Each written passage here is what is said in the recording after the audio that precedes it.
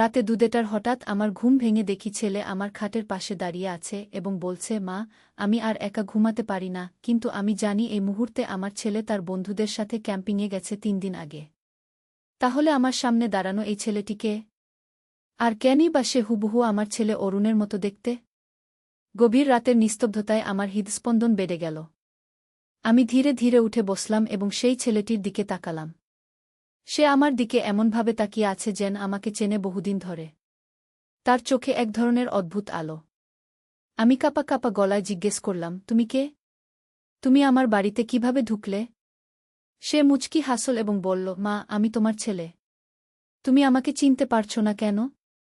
আমি অরুণ কিন্তু আমি নিশ্চিত জানি যে অরুণ তার বন্ধুদের সাথে পার্বতীপুরে ক্যাম্পিংয়ে গেছে। আমি নিজেই তাকে বিদায় দিয়েছি। এই গল্পটি সম্পূর্ণ শুনলে আপনাদের পানি অটোমেটিক বের হয়ে যাবে, যত দ্রুত সম্ভব হাতের কাছে টিস্যু নিয়ে বসে পড়ো। বিছানার চাদর যেন নষ্ট না হয় সেটা সম্পূর্ণ খেয়াল রাখার অনুরোধ জানিয়ে গল্পটি এখন শুরু করব। তার আগে সর্বশেষ অনুরোধ, দয়া করে এমন পানি বের করার গল্প নিয়মিত শুনতে আমাদের চ্যানেলটি সকলেই সাবস্ক্রাইব করুন। ধন্যবাদ। হ্যালো বন্ধুরা, আমার নাম মীরা খান। আমার বয়স ৩৯ বছর। আমার স্বামীর নাম রফিক খান, বয়স ৫২ বছর। আমাদের 2 সন্তান, অরুণ আর সানিয়া। অরুণ 18 বছর বয়সী, কলেজে পড়ে। সানিয়া 14 বছর বয়সী, স্কুলে যায়। ঘটনাটি ঘটেছিল গত মাসের 21 তারিখে। সেদিন ছিল শুক্রবার। আমার স্বামী রফিক ব্যবসার কাজে চট্টগ্রাম গেছেন 10 দিনের জন্য। অরুণ তার বন্ধুদের সাথে পার্বতীপুরে ক্যাম্পিংয়ে গেছে 5 দিনের জন্য। সানিয়া তার খালার বাড়িতে গেছে 1 সপ্তাহের জন্য। ঘরে শুধু আমি একাই। রাতটা খুবই অন্ধকার ছিল। আকাশে মেঘ জমেছিল। বাতাসে ঝড়ের আভাস। আমি টিভি দেখতে দেখতে একসময় ঘুমিয়ে পড়েছিলাম। হঠাৎ রাত 2টোর সময় কেউ যেন আমার কাঁধে হাত রেখে ডাকছে, মা, মা, উঠো। আমি চোখ খুলে দেখি একটা ছেলে আমার বিছানার পাশে দাঁড়িয়ে আছে। অন্ধকারে স্পষ্ট দেখতে পাচ্ছিলাম না। আমি ভাবলাম অরুণ হয়তো ক্যাম্প থেকে ফিরে এসেছে। কিন্তু একটু অদ্ভুত লাগছিল। অরুণ সাধারণত এভাবে আমাকে ডাকে না। অরুণ, তুমি কখন ফিরলে? ক্যাম্প কেমন ছিল? আমি জিজ্ঞেস করলাম। মা, আমি আর একা ঘুমাতে পারি না। আমার ভয় লাগছে। আমি কি তোমার সাথে শুতে পারি? সে বলল। আমি অবাক হয়ে গেলাম। অরুণ কখনো এভাবে কথা বলে না। সে তো 18 বছর বয়সী, আর একা ঘুমাতে ভয় পাওয়ার কি আছে? তবুও আমি বললাম, হ্যাঁ, আয়, শুয়ে পড়। সে আমার পাশে শুয়ে পড়ল। কিন্তু আমার অদ্ভুত লাগছিল। তার গায়ের গন্ধ আলাদা। অরুণের তো এরকম গন্ধ নয়। আর তার শরীরের উষ্ণতাও কম মনে হচ্ছিল। অরুণ, তুমি ঠিক আছো তো? তোমাকে একটু অন্যরকম লাগছে, আমি জিজ্ঞেস করলাম। মা, আমার একটা কনফেশন আছে, সে বলল। তার গলার স্বরটা একটু আলাদা মনে হচ্ছিল। কি কনফেশন? আমি জিজ্ঞেস করলাম। আমি রাতে প্রায়ই তোমার ঘরের দরজার সামনে এসে দাঁড়াই। তোমার নিঃশ্বাসের শব্দ শুনি। এতে আমার ভাল লাগে, সে বলল। আমার গা ছমছম করে উঠল। এটা তো একেবারেই অরুণের মতো কথা নয়। অরুণ কখনো এসব বলে না। তুমি কেন এসব করো? আমি জিজ্ঞেস করলাম। কারণ আমি তোমাকে ভালোবাসি, মা। শুধু ছেলে হিসেবে নয়, একজন পুরুষ হিসেবে। আমি তোমার সাথে রাত কাটাতে চাই। তোমাকে আমার স্ত্রী হিসেবে পেতে চাই। আমি চমকে উঠলাম। এ তো একেবারেই অরুণের কথা নয়। অরুণ কখনো এভাবে কথা বলে না। আমি উঠে বসলাম এবং লাইট জ্বালালাম। আলোর মধ্যে যাকে দেখলাম সে আমার চোখে অচেনা লাগল। যদিও দেখতে অরুণের মতোই, কিন্তু কোথাও যেন একটা পার্থক্য। তার চোখ দুটো একটু বেশি গভীর। মুখের গড়ন একটু আলাদা। তুমি কে? তুমি অরুণ নও, আমি চিৎকার করে বললাম। সে হেসে বলল, আমি অরুণেরই অন্য রূপ, মা। আমি তোমার স্বপ্নের অরুণ গো। আমি আরও ভয় পেয়ে গেলাম। তুমি কি বলছ? স্বপ্নের অরুণ মানে? প্রতিদিন রাতে তুমি যে অরুণের স্বপ্ন দেখো, আমি সেই অরুণ। তোমার মনের গভীরে লুকিয়ে থাকা গোপন চিন্তাগুলো আমি জানি। তুমি কখনো কখনো ভাবো যদি অরুণ তোমার ছেলে না হয়ে একজন পরিণত পুরুষ হতো, সে বলল। আমার চোখ দিয়ে পানি বের হয়ে আসল। এ কি বলছে সে? আমি কখনো এরকম চিন্তা করিনি। আমি কাঁপতে কাঁপতে বললাম, না, না। আমি কখনো এরকম ভাবিনি। তুমি মিথ্যা বলছ। তুমি মিথ্যা বলছ, মা। গত সপ্তাহে তুমি স্বপ্ন দেখেছিলে অরুণ বর হয়ে একজন সুন্দর পুরুষ হয়েছে। তুমি তার সাথে সমুদ্রের ধারে হাঁটছিলে। সে তোমার হাত ধরে রেখেছিল। আমার পুরো শরীর কাঁপতে লাগল। কারণ সে সত্যিই বলছে। গত সপ্তাহে আমি এরকম একটা স্বপ্ন দেখেছিলাম। কিন্তু সেটা তো শুধুই একটা স্বপ্ন ছিল। তার কোনো মানে ছিল না। তুমি আসলে কে? তুমি কিভাবে আমার স্বপ্নের কথা জানো? আমি জিজ্ঞেস করলাম। আমি তোমার মনের অংশ। আমি তোমার অচেতন মনের সৃষ্টি। তুমি যে চিন্তাগুলো দিনের বেলা চাপা দিয়ে রাখো, রাতে আমি সেগুলোর রূপ নিয়ে আসি, সে বলল। আমি ঘাম ঝরতে লাগলাম। না না, এসব কিছু নয়। তুমি একটা ভূত। তুমি আমাকে কষ্ট দেওয়ার জন্য এসেছ। আমি ভূত নই, মা। আমি তোমারই অংশ। তুমি আমাকে সৃষ্টি করেছ। তোমার গোপন ইচ্ছাগুলো আমাকে জীবন দিয়েছে। হঠাৎ আমার মোবাইল ফোন বেজে উঠল। আমি দেখলাম অরুণের কল। আমি তাড়াতাড়ি ফোন ধরলাম। হ্যালো মা। তুমি কেমন আছো? অরুণের গলা।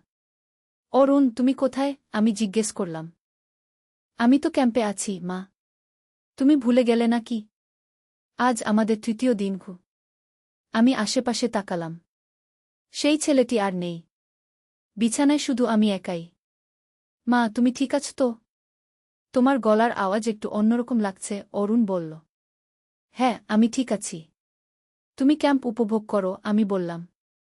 ফোন কেটে দিয়ে আমি চারদিকে তাকালাম। এ কি হলো? আমি কি স্বপ্ন দেখছিলাম? নাকি সত্যিই কেউ এসেছিল? আমি উঠে পুরো বাড়ি খুঁজলাম। কোথাও কেউ নেই। সব দরজা জানালা বন্ধ। তাহলে কি হয়েছিল? পরের দিন সকালে আমি এক অদ্ভুত জিনিস লক্ষ্য করলাম।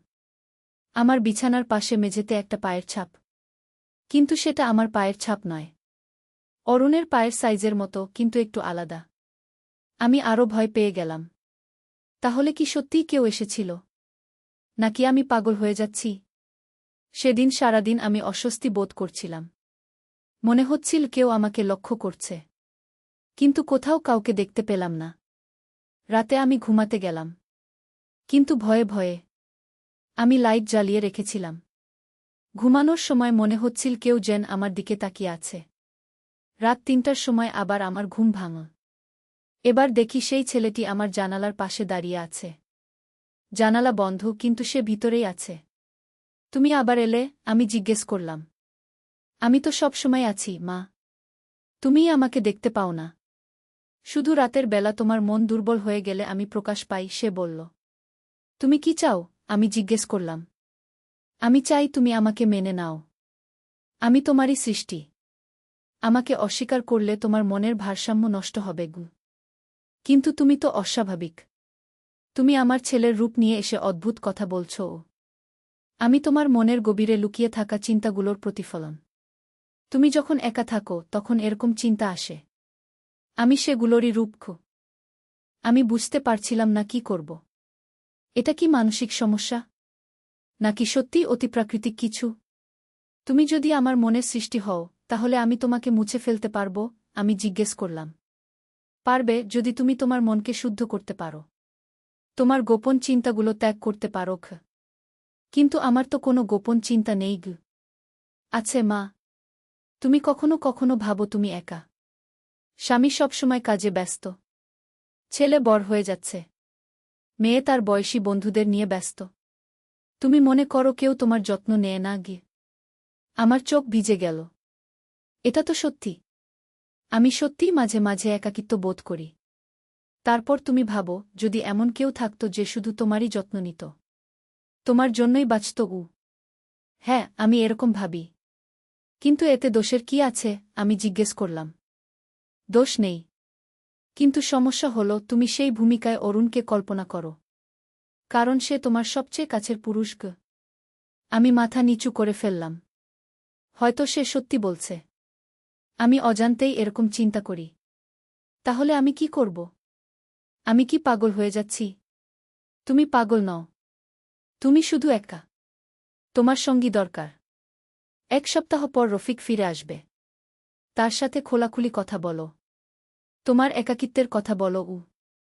কিন্তু সে তো সবসময় কাজ নিয়ে ব্যস্ত থাকে। তাকে বলো তোমার সময় দিতে। তোমাদের সম্পর্ক আরও গভীর করতে। তাহলে আমি আর আসব না গি। তুমি কি সত্যিই চলে যাবে? হ্যাঁ। আমি তোমার একাকিত্বের সৃষ্টি। একাকিত্ব দূর হলে আমিও চলে যাব গু। সেদিনের পর আর সেই ছেলেটিকে দেখিনি। 1 সপ্তাহ পর রফিক ফিরে এল। আমি তার সাথে সব খুলে বললাম। আমার একাকিত্বের কথা, আমার মানসিক অবস্থার কথা। রফিক বুঝতে পারল। সে আমাকে আরও সময় দিতে শুরু করল। আমরা একসাথে আরও বেশি সময় কাটাতে লাগলাম। ধীরে ধীরে আমার মানসিক অবস্থা স্বাভাবিক হয়ে গেল। আর কখনো সেই ছেলেটিকে দেখিনি। কিন্তু একটা প্রশ্ন রয়ে গেল। সেই পায়ের ছাপটা কার ছিল? যদি সবকিছুই আমার কল্পনা হয়ে থাকে তাহলে সেই ছাপ কিভাবে এল? 1 মাস পর অরুণ ক্যাম্প থেকে ফিরে এল। আমি তাকে কিছু বলিনি। কিন্তু একদিন সে আমাকে বলল, মা, আমার একটা অদ্ভুত স্বপ্ন হয়েছিল ক্যাম্পে গু। কি স্বপ্ন? আমি জিজ্ঞেস করলাম। আমার স্বপ্নে দেখলাম আমি রাতে তোমার কাছে গিয়েছি। তুমি একা ছিলে। আমি তোমার সাথে কথা বলেছি গু। আমার গা ছমছম করে উঠল। কি কথা বলেছিলে? সেটা মনে নেই। কিন্তু আমার মনে হচ্ছিল তুমি খুব একা লাগছিলে। আমি তোমাকে সান্ত্বনা দিতে চেয়েছিলাম গু। আমি হতভম্ব হয়ে গেলাম। তাহলে কি সত্যিই কিছু ঘটেছিল? নাকি মাছেলের মধ্যে এক ধরনের মানসিক সংযোগ আছে? আজও আমি বুঝতে পারি না সেই রাতে কি হয়েছিল। এটা কি আমার কল্পনা ছিল? নাকি অন্য কিছু? তবে একটা কথা জানি, সেই ঘটনার পর থেকে আমার পরিবারের সাথে সম্পর্ক আরও গভীর হয়েছে। আমি আর একা বোধ করি না। কখনো কখনো রাতের বেলা মনে হয় কেউ যেন আমাকে দেখছে। কিন্তু আমি আর ভয় পাই না। কারণ আমি জানি পরিবার আছে আমার পাশে। হয়তো সেই রাতে যা হয়েছিল সেটা আমার মনের একটা সংকেত ছিল। আমার মন বলার চেষ্টা করছিল যে আমার সবার কাছাকাছি থাকা দরকার। এখন আমি খুশি। পরিবারের সবার সাথে ভালো সম্পর্ক। রফিক আমাকে বেশি সময় দেয়া। অরুণ আর সানিয়াও আমার সাথে বেশি কথা বলে। কিন্তু আজও মাঝে মাঝে রাতের বেলা সেই পায়ের ছাপের কথা মনে পড়ে। সেটা কার ছিল? আমার? নাকি সত্যিই অন্য কারো? এই প্রশ্নের উত্তর হয়তো আমি কখনোই পাব না। কিন্তু সেটা আর গুরুত্বপূর্ণ নয়। গুরুত্বপূর্ণ হলো আমি এখন সুখী। তবে যারা একা থাকেন তাদের বলব, একাকিত্ব মনে অদ্ভুত সব চিন্তা আনে। সেগুলো মাথায় ঢুকতে দেবেন না। পরিবারের সবার সাথে কাছে থাকুন। তাহলেই মন ভালো থাকবে। আর যদি কখনো এরকম অদ্ভুত কিছু দেখেন, ভয় পাবেন না। হয়তো সেটা আপনার মনেরই খেলা। ডাক্তারের পরামর্শ নিন। পরিবারের সাথে কথা বলুন। কারণ মন একা থাকলে অনেক অদ্ভুত জিনিস তৈরি করে। কিন্তু পরিবার পাশে থাকলে সব ঠিক হয়ে যায়। আমার গল্প এখানেই শেষ। যারা শুনেছেন তাদের ধন্যবাদ। আশা করি আপনারা সবসময় পরিবারের কাছাকাছি থাকবেন। একা থাকার চেষ্টা করবেন না। কারণ একাকিত্ব মানুষের মনে অনেক ভয়ানক জিনিস তৈরি করতে পারে। কিন্তু আমার গল্প এখানেই শেষ নয়। আরও একটা ঘটনা ঘটেছিল যেটা আমি কাউকে বলিনি। সেই রাতের ঠিক 1 মাস পর। রফিক তখন বাড়িতে। অরুণ আর সানিয়াও বাড়িতে। সবাই ঘুমিয়ে আছি। রাত প্রায় 1টার সময় আমার ঘুম ভাঙল। আমি দেখলাম আমার বিছানার পাশে একটা ছায়া দাঁড়িয়ে আছে। কিন্তু এবার সেটা মানুষের মতো নয়। অদ্ভুত একটা আকার। লম্বা, কিন্তু মানুষের মতো নয়। আমি ভয় পেয়ে গেলাম। কিন্তু চিৎকার করলাম না। কারণ পাশেই তো রফিক শুয়ে আছে। সেই ছায়াটা ধীরে ধীরে আমার কাছে এগিয়ে এল। তারপর একটা কণ্ঠস্বর শুনতে পেলাম। কিন্তু কোনো মুখ দেখা যাচ্ছে না। মীরা, তুমি আমাকে ভুলে যেতে পারবে না, সেই কণ্ঠস্বর বলল। তুমি কে? তুমি কি সেই একই? আমি জিজ্ঞেস করলাম। আমি তোমার মনের অংশ। তুমি চাইলেও আমাকে পুরোপুরি মুছে ফেলতে পারবে না। আমি সবসময় তোমার সাথে থাকব। কিন্তু আমি তো এখন আর একা নই। পরিবার সবাই আছে গি। তবুও আমি আছি। রাতের বেলা যখন সবাই ঘুমিয়ে থাকে তখন তুমি আবার একা হয়ে যাও। আমি বুঝতে পারলাম এটা একটা চক্র। দিনে পরিবারের সাথে থেকে ভাল লাগে। কিন্তু রাতে আবার সেই একাকিত্ব ফিরে আসে। তাহলে আমি কি করব? আমি জিজ্ঞেস করলাম। আমাকে মেনে নাও। আমি তোমার অংশ। আমাকে অস্বীকার না করে আমার সাথে বন্ধুত্ব করো। কিভাবে? আমাকে ভয় না পেয়ে আমার সাথে কথা বলো। আমি তোমার অন্ধকার দিক। সবার মনেই অন্ধকার দিক থাকে গি। আমি একটু সাহস করে জিজ্ঞেস করলাম, তুমি আসলে কি? আমি তোমার দমিত আবেগ। যে আবেগগুলো তুমি দিনের বেলা চেপে রাখো, রাতে সেগুলো আমার রূপ নেয় গু। কি ধরনের আবেগ? তোমার মধ্যে যে রাগ আছে রফিকের প্রতি, কারণ সে তোমাকে যথেষ্ট সময় দেয় না। তোমার মধ্যে যে হতাশা আছে অরুণের প্রতি, কারণ সে বড় হয়ে গিয়ে তোমাকে এড়িয়ে চলে। তোমার মধ্যে যে ভয় আছে একা হয়ে যাওয়ার। আমার চোখ ভিজে গেল। কারণ সে একদম সত্যি বলছে। এই আবেগগুলো স্বাভাবিক। কিন্তু তুমি এগুলো চেপে রাখো। তাই রাতে এগুলো আমার রূপ নিয়ে বের হয়ে আসে গি। তাহলে আমি কি করব? এই আবেগগুলোকে স্বীকার করো। রফিকের সাথে তোমার রাগের কথা বলো। অরুণের সাথে তোমার দুঃখের কথা বলো। একা থাকার ভয়ের কথা সবাইকে বলো। কিন্তু তারা কি বুঝবে? তারা বুঝবে। কারণ তারাও তোমাকে ভালোবাসে। কিন্তু তুমি যদি না বলো তারা জানবে কিভাবে? সেদিন রাতে আমি অনেকক্ষণ সেই ছায়ার সাথে কথা বললাম। সে আমাকে অনেক কিছু বোঝাল। পরের দিন সকালে আমি রফিকের সাথে কথা বললাম। আমার সব আবেগের কথা খুলে বললাম। রাগ, হতাশা, ভয়, সব। রফিক আমাকে বুঝতে পারল। সে বলল, তুমি কেন আগে বলনি? আমি জানতামই না তুমি এত কষ্ট পাচ্ছ গু। সেদিন থেকে আমাদের সম্পর্ক আরও খোলামেলা হয়ে গেল। আমি আমার মনের কথা বলতে শিখলাম। আর রফিকও আমার কথা শুনতে শিখল। অরুণ আর সানিয়ার সাথেও আমি খোলাখুলি কথা বলতে শুরু করলাম। তারাও বুঝতে পারল আমার অবস্থা। ধীরে ধীরে আমার মানসিক অবস্থা আরও ভাল হতে লাগল। আর সেই ছায়াও আস্তে আস্তে কম দেখা দিতে লাগল। কিন্তু একেবারে চলে গেল না। মাঝে মাঝে এখনও দেখা দেয়। তবে এখন আর ভয় পাই না। কারণ আমি জানি সে আমারই অংশ। যখন সে আসে তখন আমি তার সাথে কথা বলি। আমার মনের কথা বলি। তাহলে সে চলে যায়। 1 বছর পর আমি একটা থেরাপিস্টের কাছে গেলাম। তাকে সব বললাম। সে বলল, এটা খুবই স্বাভাবিক। অনেকেরই এরকম হয়। বিশেষ করে যারা নিজের আবেগ চেপে রাখেন গু। তাহলে আমি পাগল নই? আমি জিজ্ঞেস করলাম। একেবারেই না। আপনি শুধু আপনার মনের সাথে যোগাযোগ করছেন। এটা ভাল লক্ষণ। থেরাপিস্ট আমাকে কিছু কৌশল শেখাল। কিভাবে নিজের আবেগ নিয়ন্ত্রণ করতে হয়। কিভাবে মানসিক চাপ কমাতে হয়। এখন আমি অনেক ভালো আছি। পরিবারের সাথে সম্পর্ক আরও গভীর হয়েছে। আমি আমার মনের কথা বলতে শিখেছি। আর সেই ছায়া? সে এখনও মাঝে মাঝে আসে। কিন্তু এখন সে আমার শত্রু নয়। সে আমার বন্ধু। আমার মনের একটা অংশ। যখন আমি খুব চাপে থাকি তখন সে এসে আমাকে সাবধান করে দেয়। বলে, মীরা, তুমি আবার আবেগ চেপে রাখছ। এটা ঠিক না গি। তখন আমি বুঝতে পারি যে আমার কারো সাথে কথা বলা দরকার। আমার মনের কথা বলা দরকার। আজকাল অন্যদের সাথেও আমার অভিজ্ঞতা শেয়ার করি। বিশেষ করে যারা একা থাকেন তাদের বলি। আমি বলি, যদি কখনো অদ্ভুত কিছু দেখেন ভয় পাবেন না। হয়তো সেটা আপনার মনের সাথে কথা বলার চেষ্টা গি। আপনার আবেগ চেপে রাখবেন না। কারো সাথে কথা বলুন। পরিবার, বন্ধু বা প্রয়োজনে থেরাপিস্টের সাথে গু। মন খুব জটিল একটা জিনিস। এটাকে অবহেলা করা ঠিক না গি। আমার গল্পটা অনেকে শুনেছে। কেউ কেউ বলেছে এটা ভূতের গল্প। কেউ বলেছে মানসিক সমস্যা। কেউ বলেছে কল্পনা। কিন্তু আমার কাছে এটা একটা শিক্ষার গল্প। আমি শিখেছি যে মনের সাথে লড়াই করলে হয় না। মনকে বুঝতে হয়। মানতে হয়। যারা আমার গল্প শুনছেন তারা হয়তো ভাবছেন এসব বাড়াবাড়ি। কিন্তু বিশ্বাস করুন, মানসিক স্বাস্থ্য খুব গুরুত্বপূর্ণ। আমাদের সমাজে মানসিক স্বাস্থ্য নিয়ে কথা বলতে লজ্জা লাগে। কিন্তু এটা ভুল। মানসিক সমস্যা যে কোনো শারীরিক সমস্যার মতোই স্বাভাবিক। তাই আমি সবাইকে বলবো, নিজের মনের খবর রাখুন। পরিবারের মনের খবর রাখুন।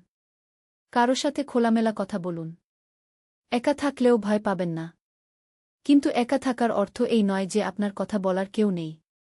আজকাল অনলাইনেও অনেক হেল্পলাইন আছে মানসিক স্বাস্থ্য নিয়ে কথা বলার জন্য।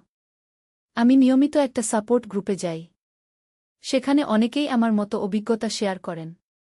এতে খুব ভাল লাগে। কারণ বুঝতে পারি আমি একা নই। অনেকেরই এরকম অভিজ্ঞতা হয়। তো আমার গল্পের শিক্ষা হল, নিজের মনের সাথে বন্ধুত্ব করুন।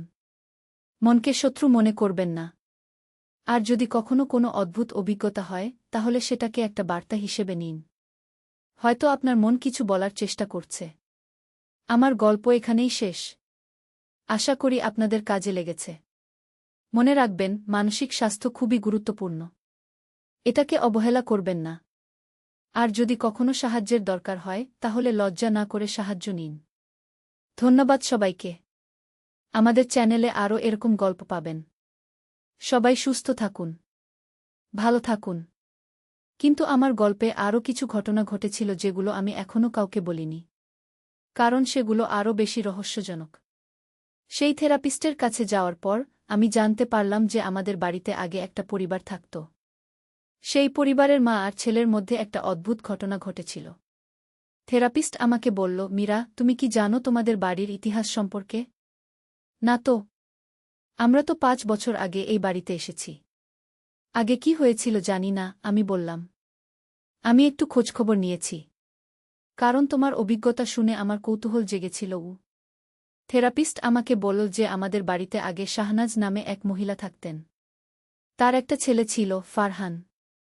ফারহানের বয়স ছিল ঠিক অরুণের মতোই 18 বছর।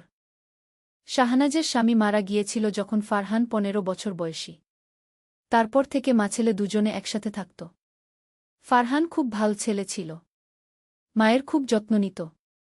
কিন্তু ধীরে ধীরে তার আচরণ পরিবর্তন হতে থাকে। সে তার মায়ের প্রতি অস্বাভাবিক রকম আসক্ত হয়ে পড়ে। সবসময় তার পাশে থাকতে চাইত। মা একটু দূরে গেলে অস্থির হয়ে যেত। একদিন রাতে ফারহান তার মায়ের কাছে গিয়ে বলে, মা, আমি তোমাকে ভালোবাসি। শুধু ছেলে হিসেবে নয়, একজন পুরুষ হিসেবে। শাহনাজ খুব ভয় পেয়ে যায়।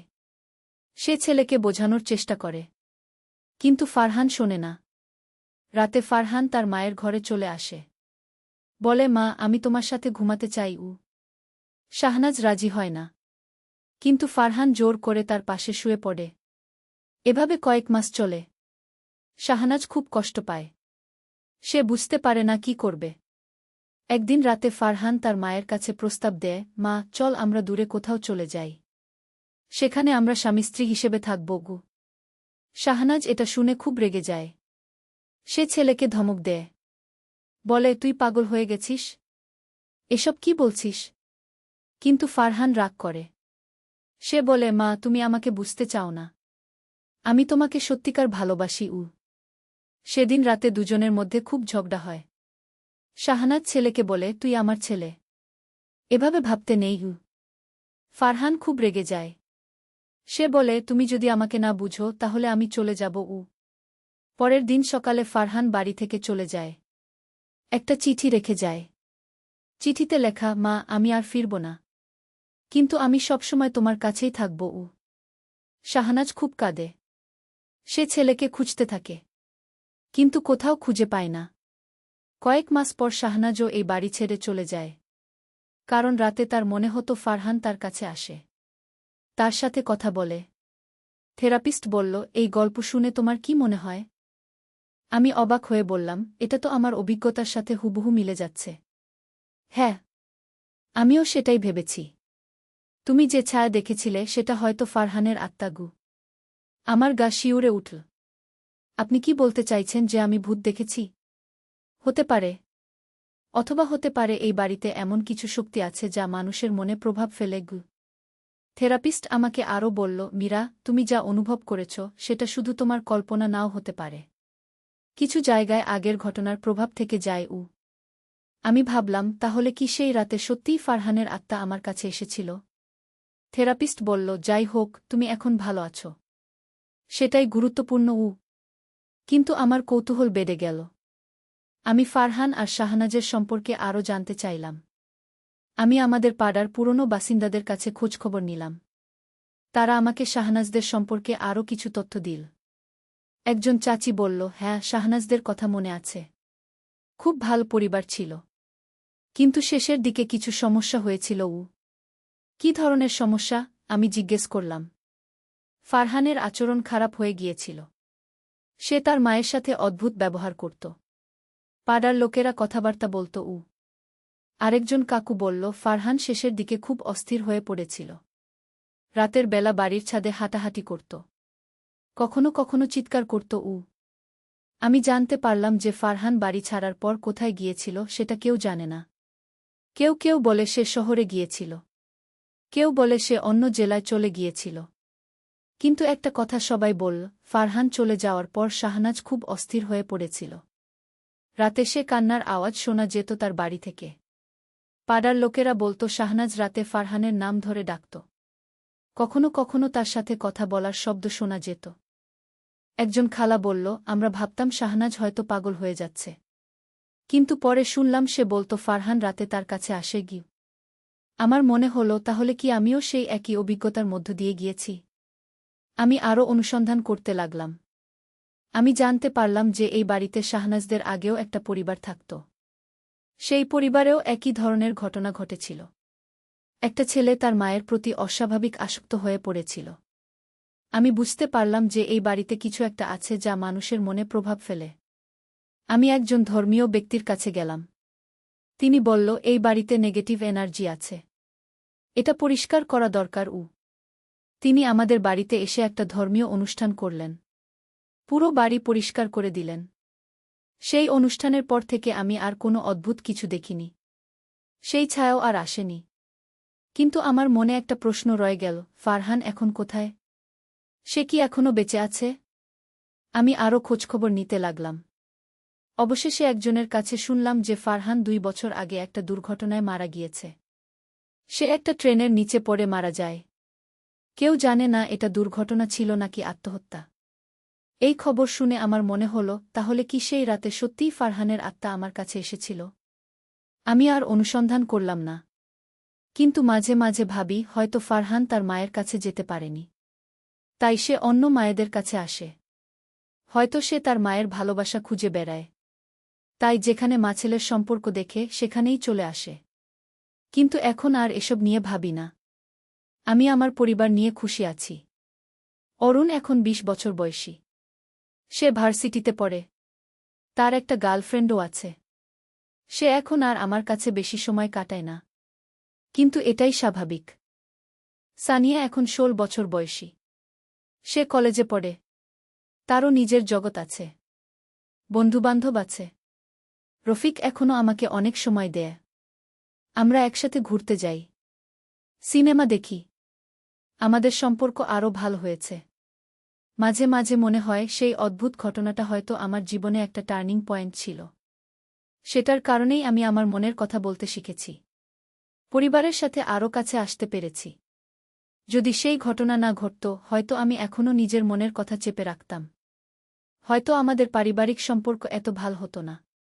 তাই আমি সেই অভিজ্ঞতাকে একটা উপহার হিসেবে দেখি।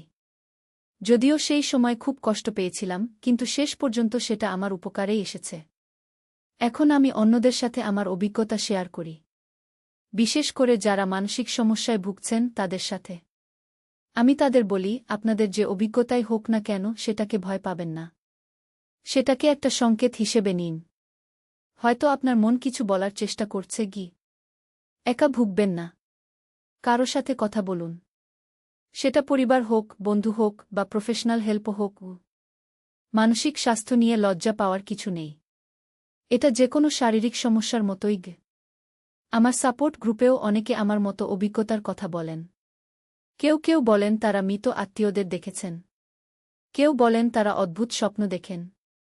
কিন্তু সবাই একটা কথায় একমত, এই অভিজ্ঞতাগুলো তাদের জীবনে ইতিবাচক পরিবর্তন এনেছে। আমি বিশ্বাস করি যে আমাদের মন খুব শক্তিশালী। এটা অনেক কিছু তৈরি করতে পারে যেটা আমরা বুঝতে পারি না। হয়তো সেই রাতে আমি সত্যিই ফারহানের আত্মা দেখেছিলাম। হয়তো সেটা শুধুই আমার মনের খেলা ছিল। কিন্তু এটা আর গুরুত্বপূর্ণ নয়। গুরুত্বপূর্ণ হল সেই অভিজ্ঞতা আমাকে শিখিয়েছে যে মনের কথা অবহেলা করা যায় না। আজ আমার স্বামীর সাথে আমি সেই রাতের কথা বলি। সে বলে, তুমি যাই দেখে থাক, সেটা তোমার জন্য ভালো হয়েছে। কারণ সেটার পর থেকে তুমি আরও খোলামেলা হয়েছ। অরুণের সাথেও আমি সেই রাতের কথা বলেছি। সে বলেছে, মা, আমি জানি না তুমি কি দেখেছিলে, কিন্তু আমি খুশি যে তুমি এখন আরও ভালো আছো। সানিয়া বলেছে, মা, তুমি যদি সত্যিই ভূত দেখে থাক, তাহলে সেটা কুল। কিন্তু আমি খুশি যে সেটা তোমাকে আরও স্ট্রং করেছে। আমাদের পরিবারে এখন আর কোনো গোপনীয়তা নেই। আমরা সবাই একে অপরের সাথে সব কথা বলি। এই পরিবর্তনটা আমার জীবনের সবচেয়ে ভালো জিনিস। তাই যারা আমার গল্প শুনছেন তারা হয়তো ভাবছেন এটা সত্যি নাকি মিথ্যা। কিন্তু এটা গুরুত্বপূর্ণ না। গুরুত্বপূর্ণ হল গল্পের শিক্ষা। নিজের মনের খবর রাখুন। পরিবারের সাথে খোলামেলা কথা বলুন। একা ভুগবেন না। আর যদি কখনো কোনো অদ্ভুত অভিজ্ঞতা হয় তাহলে সেটাকে একটা সুযোগ হিসেবে নিন। নিজেকে আরও ভালো করে জানার সুযোগ। আমি আজও মাঝে মাঝে সেই রাতের কথা ভাবি। কিন্তু এখন আর ভয় পাই না। কৃতজ্ঞতা বোধ করি। কারণ সেই একটা রাত আমার পুরো জীবন বদলে দিয়েছে। আমার গল্প এখানেই শেষ।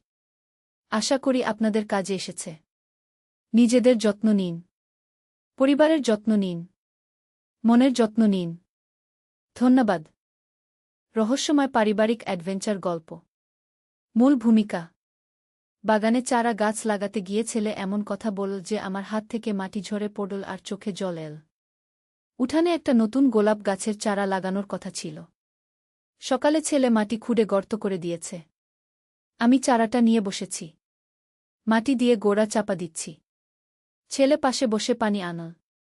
মা, এই চারাটা বড় হতে কতদিন লাগবে? আমি বললাম, বছর খানেক। সে মাটিতে পানি ঢালতে ঢালতে বলল, আমার ভালোবাসাও এভাবেই বেড়েছে তোমার জন্য। আমি অবাক হয়ে তাকালাম। কি বলছিস? তার হাত মাটিতে নোংরা হয়ে গেছে। মা, এই গাছ যেমন শিক ছড়িয়ে বাড়বে, আমার ভালোবাসাও তেমনি তোমার জন্য গভীর হয়েছে। আমি চারাটার দিকে তাকিয়ে রইলাম। এই গাছে যখন ফুল ফুটবে, আমি তোমাকে সেই ফুল দিয়ে প্রপোজ করব। আমার হাত থেকে মাটি পড়ে গেল। কিন্তু আমি আর অপেক্ষা করতে পারছি না। সে উঠে দাঁড়িয়ে আমার সামনে হাঁটু গেড়ে বসল। মা, আমি তোমাকে ভালোবাসি। তুমি আমাকে বিয়ে করবে? মাটির গন্ধ আর সকালের রোদ সব মিলিয়ে মাথা ঘুরছিল। আমরা নতুন জীবন শুরু করি, এই গাছের মতো। আমার চোখে জল এল। এই গল্পটি সম্পূর্ণ শুনলে আপনাদের পানি অটোমেটিক বের হয়ে যাবে। যত দ্রুত সম্ভব হাতের কাছে টিস্যু নিয়ে বসে পড়ুন। বিছানার চাদর যেন নষ্ট না হয় সেটা সম্পূর্ণ খেয়াল রাখার অনুরোধ জানিয়ে গল্পটি এখন শুরু করব। তার আগে সর্বশেষ অনুরোধ, দয়া করে এমন পানি বের করার গল্প নিয়মিত শুনতে আমাদের চ্যানেলটি সকলেই সাবস্ক্রাইব করুন। ধন্যবাদ। হ্যালো বন্ধুরা, আমার নাম রুমানা খান। আমার বয়স ৩৩ বছর। আমার স্বামীর নাম তানভীর খান, বয়স ৩৬ বছর। আমাদের ২ সন্তান, রাকিব আর তানিয়া। রাকিব ১৮ বছর বয়সী, কলেজে পড়ে। তানিয়া ১০ বছর বয়সী, স্কুলে যায়। মূল গল্প। আজ সকালে যা ঘটেছে সেটা ভাবতেও গায়ে কাটা দেয়। রাকিব আমাকে বাগানে ডেকে নিয়ে গিয়েছিল একটা গোলাপের চারা লাগাতে। ও বলেছিল, মা, তুমি এই চারাটা লাগিয়ে দাও। আমি বুঝতে পারিনি কেন হঠাৎ এত আগ্রহ। বাগান করা তো আমার শখ, কিন্তু রাকিব সাধারণত এসব কাজে আগ্রহী নয়। আমি চারাটা নিয়ে বসলাম। মাটি খুঁড়ে গর্ত তৈরি করে দিয়েছিল রাকিব। আমি চারার শিকগুলো যত্ন করে গর্তে বসিয়ে মাটি দিয়ে চাপা দিতে শুরু করলাম। রাকিব পাশে বসে পানি নিয়ে এল। তার আচরণে কেমন একটা গম্ভীরতা ছিল। মা, এই চারাটা বড় হতে কতদিন লাগবে? রাকিব জিজ্ঞেস করল। বছর খানেক লাগবে ভালো গাছ হতে, আমি বললাম। রাকিব চুপচাপ পানি ঢালতে শুরু করল। তারপর হঠাৎ বলল, মা, আমার ভালোবাসাও এভাবেই বেড়েছে তোমার জন্য।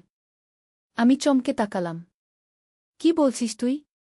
রাকিবের হাত মাটিতে নোংরা হয়ে গিয়েছিল। সে বলল, মা, এই গাছ যেমন শিক ছড়িয়ে বাড়বে, আমার ভালোবাসাও তেমনি তোমার জন্য গভীর হয়েছে। আমি কিছুটা অস্বস্তি বোধ করলাম। রাকিব, তুই কি বলছিস?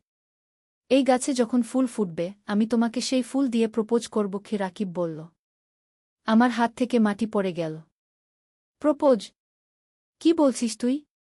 কিন্তু আমি আর অপেক্ষা করতে পারছি না। রাকিব উঠে দাঁড়িয়ে আমার সামনে হাঁটু গেড়ে বসল। মা, আমি তোমাকে ভালোবাসি। তুমি আমাকে বিয়ে করবে? আমার মাথা ঘুরতে লাগল। সকালের রোদ আর মাটির গন্ধ সব মিলিয়ে যেন একটা স্বপ্নের মতো লাগছিল। আমরা নতুন জীবন শুরু করি, এই গাছের মতো। রাকিব বলল। আমার চোখে জল এসে গেল। কিন্তু সেটা খুশির জল ছিল না। আমি বুঝতে পারলাম যে আমার ছেলের মধ্যে কিছু একটা সমস্যা হয়েছে। রাকিব, তুই ঠিক আছিস? কি হয়েছে তোর? আমি তার কপালে হাত রাখলাম। রাকিব হঠাৎ হাসতে শুরু করল। মা, আমি কি করছি? আমার মাথাটা কেমন জানি ঘোলাটে হয়ে গিয়েছিল। আমি স্বস্তির নিঃশ্বাস ফেললাম। কিন্তু তখনও বুঝতে পারিনি যে এটা একটা বড় রহস্যের সূচনা মাত্র। মা, আমার মনে নেই আমি কি বলেছিলাম। হঠাৎ মনে হচ্ছিল যেন অন্য কেউ আমার শরীরে ঢুকে গিয়েছিল। রাকিব বলল। আমি চিন্তিত হয়ে পড়লাম। তুই ভালো আছিস তো? হ্যাঁ মা, এখন ভালো আছি। কিন্তু আমার মনে হচ্ছে কেউ যেন আমাকে দিয়ে ওই কথাগুলো বলিয়েছে। আমি রাকিবকে ঘরে নিয়ে এলাম। তাকে বিশ্রাম নিতে বললাম। কিন্তু আমার মনে অশান্তি হতে লাগল। এমন কিছু কেন হল? দুপুরে তানভীর অফিস থেকে ফিরে এল। আমি তাকে পুরো ঘটনাটা বললাম। তানভীর প্রথমে বিশ্বাস করতে পারল না। রুমানা, তুমি নিশ্চয়ই ভুল বুঝেছ। রাকিব এমন কথা বলতে পারে না। তানভীর বলল। আমি নিজের কানে শুনেছি। রাকিব বলেছে যে সে আমাকে বিয়ে করবে। আমি বললাম। তানভীর রাকিবের কাছে গিয়ে কথা বলল। রাকিব বলল যে তার কিছুই মনে নেই। সে শুধু মনে করতে পারছে যে হঠাৎ তার মনে হয়েছিল যেন অন্য কেউ তার শরীরে ঢুকে গেছে। বাবা, আমি কিছুই মনে করতে পারছি না। শুধু মনে আছে যে আমি মাকে বাগানে ডেকে নিয়ে গিয়েছিলাম। তারপর হঠাৎ মনে হলো যেন আমি অন্য কেউ হয়ে গেছি। রাকিব বলল। তানভীর চিন্তিত হয়ে পড়ল। আমাদের একজন ডাক্তারের কাছে যেতে হবে। কিন্তু পরদিন আরও অদ্ভুত ঘটনা ঘটল। তানিয়া স্কুল থেকে ফিরে এসে হঠাৎ আমার কাছে এসে বলল, মা, তুমি আমার প্রেমিকা হবে? আমি হতবাক হয়ে গেলাম। 10 বছরের একটা মেয়ে এমন কথা বলছে। তানিয়া, তুই কি বলছিস? আমি জিজ্ঞেস করলাম। তানিয়া হঠাৎ চোখ বড় করে তাকাল। মা, আমি কি বলেছি? আমার মনে নেই। আমি বুঝলাম যে আমার পরিবারের সাথে কিছু একটা অস্বাভাবিক ঘটনা ঘটছে। কিন্তু কি? সন্ধ্যায় তানভীর অফিস থেকে ফিরে এসে হঠাৎ আমার হাত ধরে বলল, রুমানা, তুমি আমার সাথে পালিয়ে যাবে? কি বলছো তুমি? আমি অবাক হয়ে জিজ্ঞেস করলাম। তানভীর হঠাৎ চমকে উঠল। আমি কি বলেছি? আমার মনে নেই তো। আমি বুঝলাম যে আমার পুরো পরিবারই কোনো এক অদৃশ্য শক্তির নিয়ন্ত্রণে চলে গেছে। কিন্তু কি সেই শক্তি? এবং কেন এমন হচ্ছে? রাতে আমি ঘুমোতে পারলাম না। মনে মনে ভাবতে লাগলাম কি করা যায়। হঠাৎ আমার মনে পড়ল আমাদের পুরনো বাড়ির কথা। আমার শ্বশুর মারা যাওয়ার আগে বলেছিলেন যে ওই বাড়িতে কোনো অশুভ শক্তি আছে। পরদিন সকালে আমি তানভীরকে বললাম, আমাদের পুরনো বাড়িতে যেতে হবে। কেন? তানভীর জিজ্ঞেস করল। তোমার বাবা বলেছিলেন যে ওই বাড়িতে কিছু আছে। হয়তো আমাদের এই সমস্যার সাথে সেটার কোনো সম্পর্ক আছে। আমি বললাম। আমরা সবাই মিলে পুরনো বাড়িতে গেলাম। বাড়িটা প্রায় 5 বছর ধরে খালি পড়ে আছে। ভিতরে ধুলোবালি আর জাল। আমরা বাড়িতে ঢুকে খোঁজাখুঁজি শুরু করলাম। হঠাৎ তানিয়া চিৎকার করে উঠল। মা, এখানে একটা গর্ত আছে। আমরা দেখলাম যে ঘরের এক কোণায় মেঝেতে একটা গর্ত আছে। গর্তটা বেশ গভীর। তানভীর টর্চ জ্বালিয়ে গর্তের ভিতরে তাকাল। এখানে কিছু আছে। আমরা গর্ত থেকে একটা পুরনো কাঠের বাক্স তুললাম।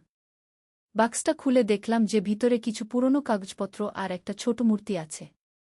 মূর্তিটা দেখতে অদ্ভুত লাগছিল। কালো পাথরের তৈরি, আর তার উপর কিছু অদ্ভুত চিহ্ন খোদাই করা।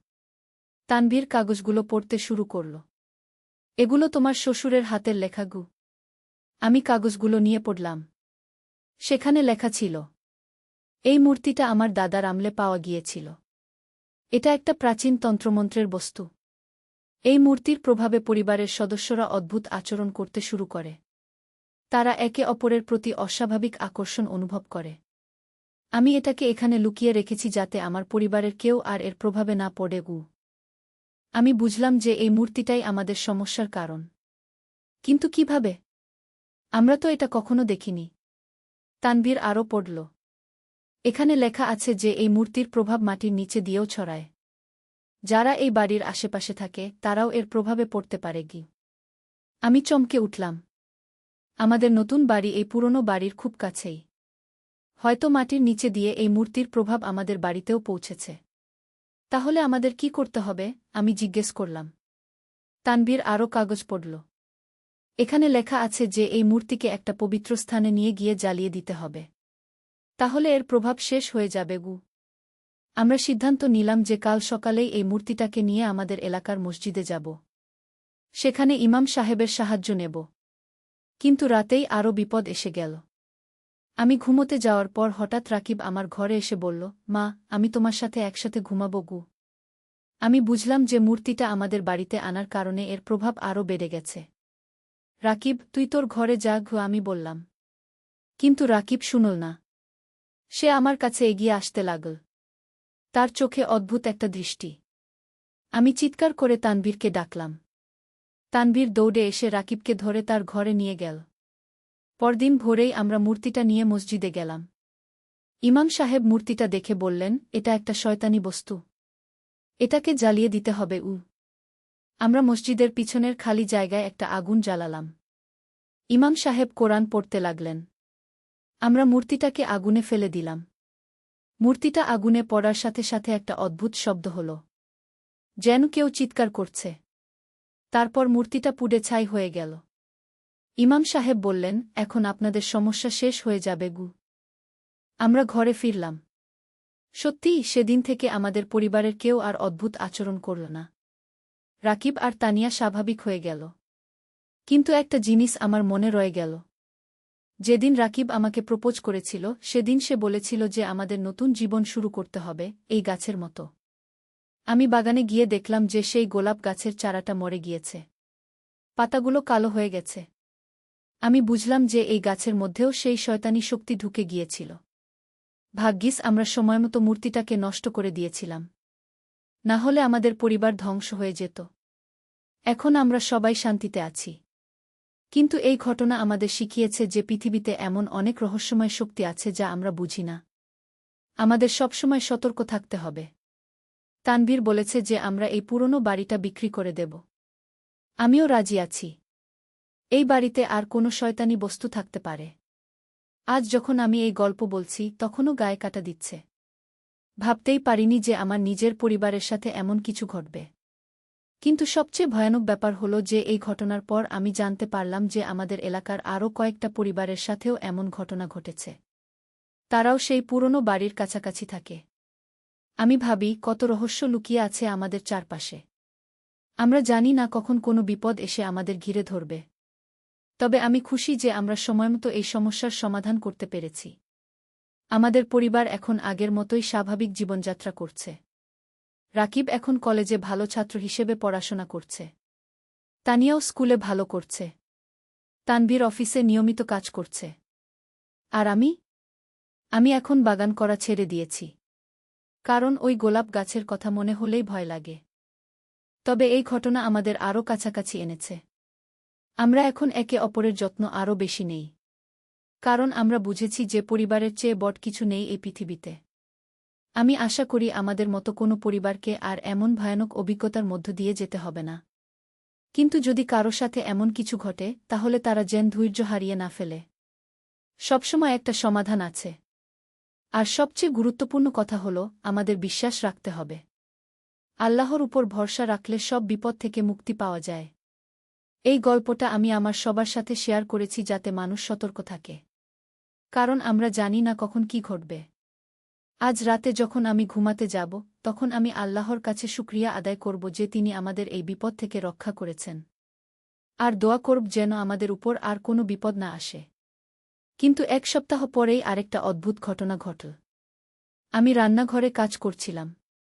হঠাৎ তানিয়া এসে বলল, মা, আমাদের পুরনো বাড়ির পাশের জমিতে একটা নতুন বাড়ি তৈরি হচ্ছে। আমি চমকে উঠলাম। কি বলছিস? হ্যাঁ মা, আমি স্কুল যাওয়ার পথে দেখেছি। সেখানে অনেক শ্রমিক কাজ করছে। তানিয়া বলল। আমি তানভীরকে বিষয়টা জানালাম। তানভীর বলল, চলো দেখে আসি। আমরা সেই জায়গায় গিয়ে দেখলাম যে সত্যিই একটা নতুন বাড়ি তৈরি হচ্ছে। কিন্তু যেটা আমাদের চিন্তিত করে তুলল সেটা হলো শ্রমিকরা ঠিক সেই জায়গায় খোঁড়াখুঁড়ি করছে যেখানে আমরা সেই অভিশপ্ত মূর্তিটা পেয়েছিলাম। আমাদের কি করা উচিত? আমি তানভীরকে জিজ্ঞেস করলাম। আমি মনে করি আমাদের বাড়ির মালিকের সাথে কথা বলা উচিত। তানভীর বলল। আমরা খোঁজ নিয়ে জানলাম যে নতুন বাড়িটা তৈরি করছেন করিম সাহেব নামে একজন ব্যবসায়ী। তার স্ত্রী আর 2 মেয়ে আছে। আমি তানভীরকে বললাম আমাদের তাদের সাবধান করে দেওয়া উচিত কি। কিন্তু তানভীর বলল, তারা বিশ্বাস করবে? আমরা যদি বলি যে ওই জমিতে ভূত আছে তারা পাগল ভাববে। আমি ভাবলাম তানভীর ঠিকই বলেছে। কিন্তু আমার মন বলছিল যে আমাদের কিছু একটা করতে হবে। পরদিন আমি একা করিম সাহেবের বাড়িতে গেলাম। করিম সাহেবের স্ত্রী নাসরিন আপা দরজা খুললেন। আসসালামু আলাইকুম। আমি রুমানা খান। আপনাদের পাশেই থাকি আমি পরিচয় দিলাম। ওয়ালাইকুমুসসালাম। আসুন ভিতরে নাসরিন আপা বললেন। আমি ভিতরে গিয়ে বসলাম। কিভাবে বিশ্বাসটা বলব ভেবে পাচ্ছিলাম না। আপনারা নতুন বাড়ি তৈরি করছেন? আমি জিজ্ঞেস করলাম। হ্যাঁ, আগামী মাসেই উঠে যাব নাসরিন আপা খুশি হয়ে বললেন। আমি একটা গভীর নিঃশ্বাস নিয়ে বললাম, আপা, আমার কিছু কথা আছে। আপনি বিশ্বাস নাও করতে পারেন, কিন্তু শুনবেন? নাসরিন আপা আগ্রহী হয়ে বললেন, বলুন গু। আমি পুরো ঘটনা বললাম। সেই মূর্তির কথা, আমাদের পরিবারে যা ঘটেছিল সব। নাসরিন আপা শুনে বললেন, এটা তো খুবই ভয়ানক। কিন্তু আমরা তো অনেক টাকা খরচ করে ফেলেছি। আপা, আমি বলছি না যে বাড়ি তৈরি বন্ধ করে দিন। কিন্তু সতর্ক থাকবেন। যদি কোনো অদ্ভুত জিনিস পান, তাহলে সাথে সাথে কোনো আলেমের কাছে নিয়ে যাবেন। আমি বললাম। নাসরিন আপা রাজি হলেন। তিনি বললেন যে তারা সাবধানে থাকবেন। কিন্তু 3 দিন পরই নাসরিন আপা আমার বাড়িতে এসে কাঁদতে কাঁদতে বললেন, রুমানা, আপনি যা বলেছিলেন তা সত্যি গু। আমি ভয়ে জিজ্ঞেস করলাম, কি হয়েছে? গতকাল রাতে আমার স্বামী হঠাৎ আমার বড় মেয়ের কাছে গিয়ে বলেছে যে সে তাকে ভালোবাসে। আমার মেয়ের বয়স মাত্র 16 বছর। নাসরিন আপা কাঁদতে কাঁদতে বললেন। আমি বুঝলাম যে আবার সেই একই সমস্যা শুরু হয়েছে। আপা, ওরা খোঁড়াখুড়ি করার সময় কিছু পেয়েছিল? হ্যাঁ, একটা পুরনো বাক্স পেয়েছিল। ভিতরে একটা ধাতুর পাত আর কিছু পুরনো মুদ্রা ছিল। আমার স্বামী সেগুলো ঘরে নিয়ে এসেছে। নাসরিন আপা বললেন। আমি বুঝলাম যে সেই অভিশপ্ত জায়গা আরও কিছু জিনিস লুকানো ছিল। আপা, ওই জিনিসগুলো কোথায় রেখেছেন? ঘরের আলমারিতে। নাসরিন আপা বললেন। আমাদের এখনই সেগুলো নিয়ে মসজিদে যেতে হবে। আর দেরি করলে আরও বড় বিপদ হবে। আমি বললাম। আমরা দুজনে করিম সাহেবের বাড়িতে গেলাম। করিম সাহেব অফিসে গেছেন। ঘরে শুধু তার 2 মেয়ে আছে। নাসরিন আপা আলমারি খুলে সেই জিনিসগুলো বের করলেন। ধাতুর পাতটা দেখতে অদ্ভুত। তার উপর আরবি কিছু লেখা আছে, কিন্তু সেগুলো কোরআনের আয়াত নয়। বরং দেখতে কালো জাদুর মন্ত্রের মতো লাগছে। পুরনো মুদ্রাগুলো অদ্ভুত। সেগুলোর উপর কিছু প্রতীক খোদাই করা। আপা, আমাদের এখনই ইমাম সাহেবের কাছে যেতে হবে। আমি বললাম। আমরা দ্রুত মসজিদে গেলাম। ইমাম সাহেব জিনিসগুলো দেখে খুবই চিন্তিত হয়ে পড়লেন। এগুলো খুবই বিপজ্জনক। এগুলো শয়তানি তন্ত্রমন্ত্রের জিনিস। এগুলোকে এখনই নষ্ট করতে হবে। ইমাম সাহেব বললেন। আমরা আগের মতোই আগুন জ্বালিয়ে জিনিসগুলো পুড়িয়ে দিলাম। এবারও অদ্ভুত শব্দ হল। পুরনো মুদ্রাগুলো পুড়ে গলে গেল। ইমাম সাহেব বললেন, এখন আপনাদের বাড়িতে গিয়ে পুরো ঘর পড়তে হবে। আমরা করিম সাহেবের বাড়িতে গেলাম। ইমাম সাহেব পুরো ঘরে কোরআন পড়লেন। তারপর বললেন, এখন আর কোনো সমস্যা হবে না। সত্যিই সেদিনের পর থেকে করিম সাহেবের পরিবারেও আর কোনো অদ্ভুত ঘটনা ঘটেনি। কিন্তু আমার মনে একটা প্রশ্ন রয়ে গেল। সেই জায়গা আর কি লুকানো থাকতে পারে? আমি ইমাম সাহেবকে জিজ্ঞেস করলাম। তিনি বললেন, আমার মনে হয় ওই জায়গাটায় আগে কোনো তান্ত্রিকের বাড়ি ছিল। সে হয়তো তার মৃত্যুর আগে তার সব শয়তানি জিনিস মাটিতে পুঁতে রেখে গেছে। তাহলে আমাদের কি করা উচিত? আমি জিজ্ঞেস করলাম। পুরো জায়গাটা ভালোভাবে পরিষ্কার করতে হবে। যদি আরও কিছু পাওয়া যায় তাহলে সেগুলোও নষ্ট করে দিতে হবে। ইমাম সাহেব বললেন। পরদিন আমি করিম সাহেবের সাথে কথা বললাম। তিনি রাজি হলেন পুরো জমি ভালোভাবে খুঁড়ে দেখতে। শ্রমিকরা খুঁড়তে খুঁড়তে আরও 3টা বাক্স পেল। সেগুলোর ভিতরে ছিল আরও কিছু অদ্ভুত জিনিস। কিছু কালো মোমবাতি, কিছু অদ্ভুত তাবিজ, আর একটা কালো কাপড়ে মোড়ানো ছোট বই। আমরা সেগুলোও মসজিদে নিয়ে গিয়ে পুড়িয়ে দিলাম। বইটা পড়ার সময় অদ্ভুত একটা গন্ধ বের হল। ইমাম সাহেব বললেন যে এটা শয়তানি বিদ্যার বই ছিল। সবকিছু পুড়িয়ে দেওয়ার পর ইমাম সাহেব পুরো জমিতে কোরআন পড়লেন। তিনি বললেন, এখন এই জমি পবিত্র হয়ে গেছে। আর কোনো সমস্যা হবে না। করিম সাহেব তার বাড়ি তৈরি করে সেখানে উঠে গেলেন। তারপর থেকে আর কোনো অদ্ভুত ঘটনা ঘটেনি। কিন্তু এই পুরো ঘটনা আমাকে একটা জিনিস বুঝিয়েছে। পৃথিবীতে এমন অনেক রহস্যময় জিনিস আছে যা আমরা জানি না। আমাদের সবসময় সাবধান থাকতে হবে। আজ যখন আমি এই গল্প বলছি তখন মনে হচ্ছে যেন একটা দুঃস্বপ্ন ছিল। কিন্তু এটা সত্যি ঘটেছিল আমাদের সাথে। আমি সবাইকে বলি যে যদি কখনো কোনো পুরনো জিনিস পান যেটা অদ্ভুত লাগে, তাহলে সেটা নিয়ে কোনো আলেমের কাছে যাবেন। নিজে নিজে কিছু করার চেষ্টা করবেন না। আর সবচেয়ে গুরুত্বপূর্ণ কথা হল, আল্লাহর উপর ভরসা রাখবেন। তিনি আমাদের সব বিপদ থেকে রক্ষা করবেন। এই ঘটনার পর আমাদের পরিবার আরও ধর্মের কাছাকাছি এসেছে। আমরা নিয়মিত নামাজ পড়ি, কোরআন তেলাওয়াত করি। কারণ আমরা বুঝেছি যে ঈমানই আমাদের সব থেকে বড় রক্ষাকবচ। রাকিব এখন আরও ভালো ছেলে হয়েছে। সে নিয়মিত মসজিদে যায়, নামাজ পড়ে। তানিয়াও কোরআন পড়া শিখছে।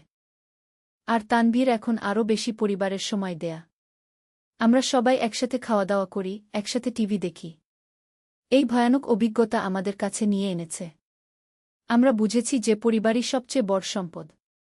আমি আশা করি যে আমার এই গল্প শুনে মানুষ সতর্ক হবে। যদি কেউ এমন কোনো সমস্যার সম্মুখীন হন, তাহলে ধৈর্য হারাবেন না। আল্লাহর উপর ভরসা রেখে সমাধান খুঁজবেন। আর সবশেষে একটা কথা বলতে চাই। এই ঘটনা যখন ঘটেছিল তখন আমি খুবই ভয় পেয়েছিলাম। মনে হয়েছিল আমার পরিবার ভেঙে যাবে। কিন্তু আল্লাহ আমাদের রক্ষা করেছেন। এখন আমি প্রতিদিন সকালে ঘুম থেকে উঠে আল্লাহর কাছে শুকরিয়া আদায় করি। কারণ তিনি আমাদের এত বড় বিপদ থেকে বাঁচিয়েছেন। আমার এই গল্পটা যারা শুনলেন তারা নিশ্চয়ই বুঝতে পেরেছেন যে জীবনে অনেক রহস্য আছে। কিন্তু ঈমান থাকলে সব বিপদ থেকে মুক্তি পাওয়া যায়। আজ রাতে আমি ঘুমাতে যাওয়ার আগে আয়াতুল কুরসি পড়ব। কারণ এটা আমাদের সব খারাপ থেকে রক্ষা করে। আল্লাহ সবাইকে হেফাজত করুন। আমিন। নূরের আলো। একটি ইসলামিক গল্প। প্রথম অধ্যায়, অন্ধকারের মাঝে আলোর খোঁজ। মক্কার পবিত্র শহরের এক প্রান্তে, যেখানে মরুভূমির বালু আর পাথরের পাহাড় মিলেমিশে একাকার, সেখানে বাস করত এক যুবক। তার নাম আবদুল্লাহ ইবনে সালিম। বয়স মাত্র ২৫, কিন্তু তার চোখে ছিল এক গভীর বেদনা, এক অস্থিরতা যা তাকে দিনরাত পীড়া দিত। আবদুল্লাহর পিতা ছিলেন একজন বিখ্যাত ব্যবসায়ী। তার কাছে ছিল অঢেল সম্পদ, উটখোড়ার বিশাল কাফেলা, আর মানুষের অশেষ সম্মান। কিন্তু আবদুল্লাহর মন কখনো এসব পার্থিব জিনিসে আটকে থাকেনি। ছোটবেলা থেকেই সে ছিল অন্যরকম। যখন অন্য ছেলেরা খেলাধুলায় মত্ত থাকত, আবদুল্লাহ তখন বসে থাকত একা, আকাশের দিকে তাকিয়ে, অসংখ্য প্রশ্ন নিয়ে। আব্বা, একদিন সে তার বাবাকে জিজ্ঞেস করেছিল, এই জীবনের মানে কি? আমরা জন্মাই, বড় হই, টাকা পয়সা কামাই, তারপর মরে যাই। এর মধ্যে আসল সত্যটা কোথায়? বাবা হেসে উড়িয়ে দিয়েছিলেন, বেটা, তুমি অনেক চিন্তা করো। জীবনটা উপভোগ করো। আল্লাহ আমাদের সবকিছু দিয়েছেন, কি আর চাই? কিন্তু আবদুল্লাহর মন শান্ত হয়নি। বছরের পর বছর কেটে গেছে এভাবেই। সে বিভিন্ন পণ্ডিতের কাছে গেছে, বিভিন্ন ধর্মগ্রন্থ পড়েছে, কিন্তু কোথাও খুঁজে পায়নি সেই চূড়ান্ত সত্য যার জন্য তার আত্মা আকুল হয়ে থাকে। একদিন সন্ধ্যার সময় আবদুল্লাহ হেঁটে চলেছিল মক্কার বিখ্যাত বাজারের পাশ দিয়ে। হঠাৎ তার কানে এল এক অদ্ভুত আওয়াজ। কেউ যেন খুব মধুর গলায় কি পাঠ করছে। আওয়াজটা এত সুন্দর, এত হৃদয়স্পর্শী যে আবদুল্লাহর পা এমনিতেই সেদিকে চলে গেল। একটা ছোট্ট ঘরের সামনে দাঁড়িয়ে দেখল, ভিতরে একজন বৃদ্ধ লোক বসে আছেন। তার চেহারায় এক অলৌকিক নূর। তিনি খুব মনোযোগ দিয়ে কিছু পাঠ করছেন। আবদুল্লাহ কাছে গিয়ে দাঁড়াল। বৃদ্ধ লোকটি তাকিয়ে দেখলেন। তার চোখে ছিল এক গভীর প্রজ্ঞা, এক অসীম দয়া। আসুন বেটা, তিনি হাসি মুখে বললেন, বসুন। মনে হচ্ছে আপনি কিছু খুঁজছেন গু। আবদুল্লাহ অবাক হয়ে গেল। আপনি কিভাবে বুঝলেন?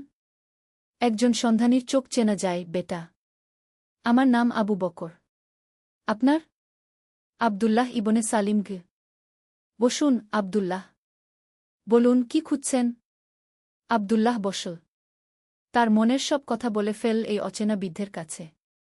তার জীবনের অস্থিরতা, প্রশ্ন, খোঁজার কথা। আবু বকর মনোযোগ দিয়ে শুনলেন। তারপর বললেন, বেটা, আপনার খোঁজা জিনিসটা হয়তো খুব কাছেই আছে। কিন্তু সেটা পেতে হলে প্রস্তুত থাকতে হবে। আপনি কি প্রস্তুত? কিসের জন্য প্রস্তুত? সত্যের জন্য। আল্লাহর নূরের জন্য। দ্বিতীয় অধ্যায়, নতুন আলোর সন্ধানে। সেই রাতে আবদুল্লাহ ঘুমাতে পারল না।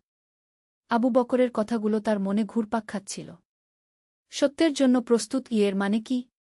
সে তো সারা জীবনই সত্যের খোঁজে ছিল। পরদিন সকালেই সে আবার গেল আবু বকরের কাছে। দেখল, বৃদ্ধ লোকটি নামাজ পড়ছেন। এমন একাগ্রতা, এমন বিনয় যে আবদুল্লাহর চোখে পানি চলে এল। নামাজ শেষে আবু বকর তার দিকে তাকালেন। এসেছেন? বসুন। আজ আপনাকে একটা গল্প বলি। আব্দুল্লাহ আগ্রহে বসল। অনেক দিন আগের কথা।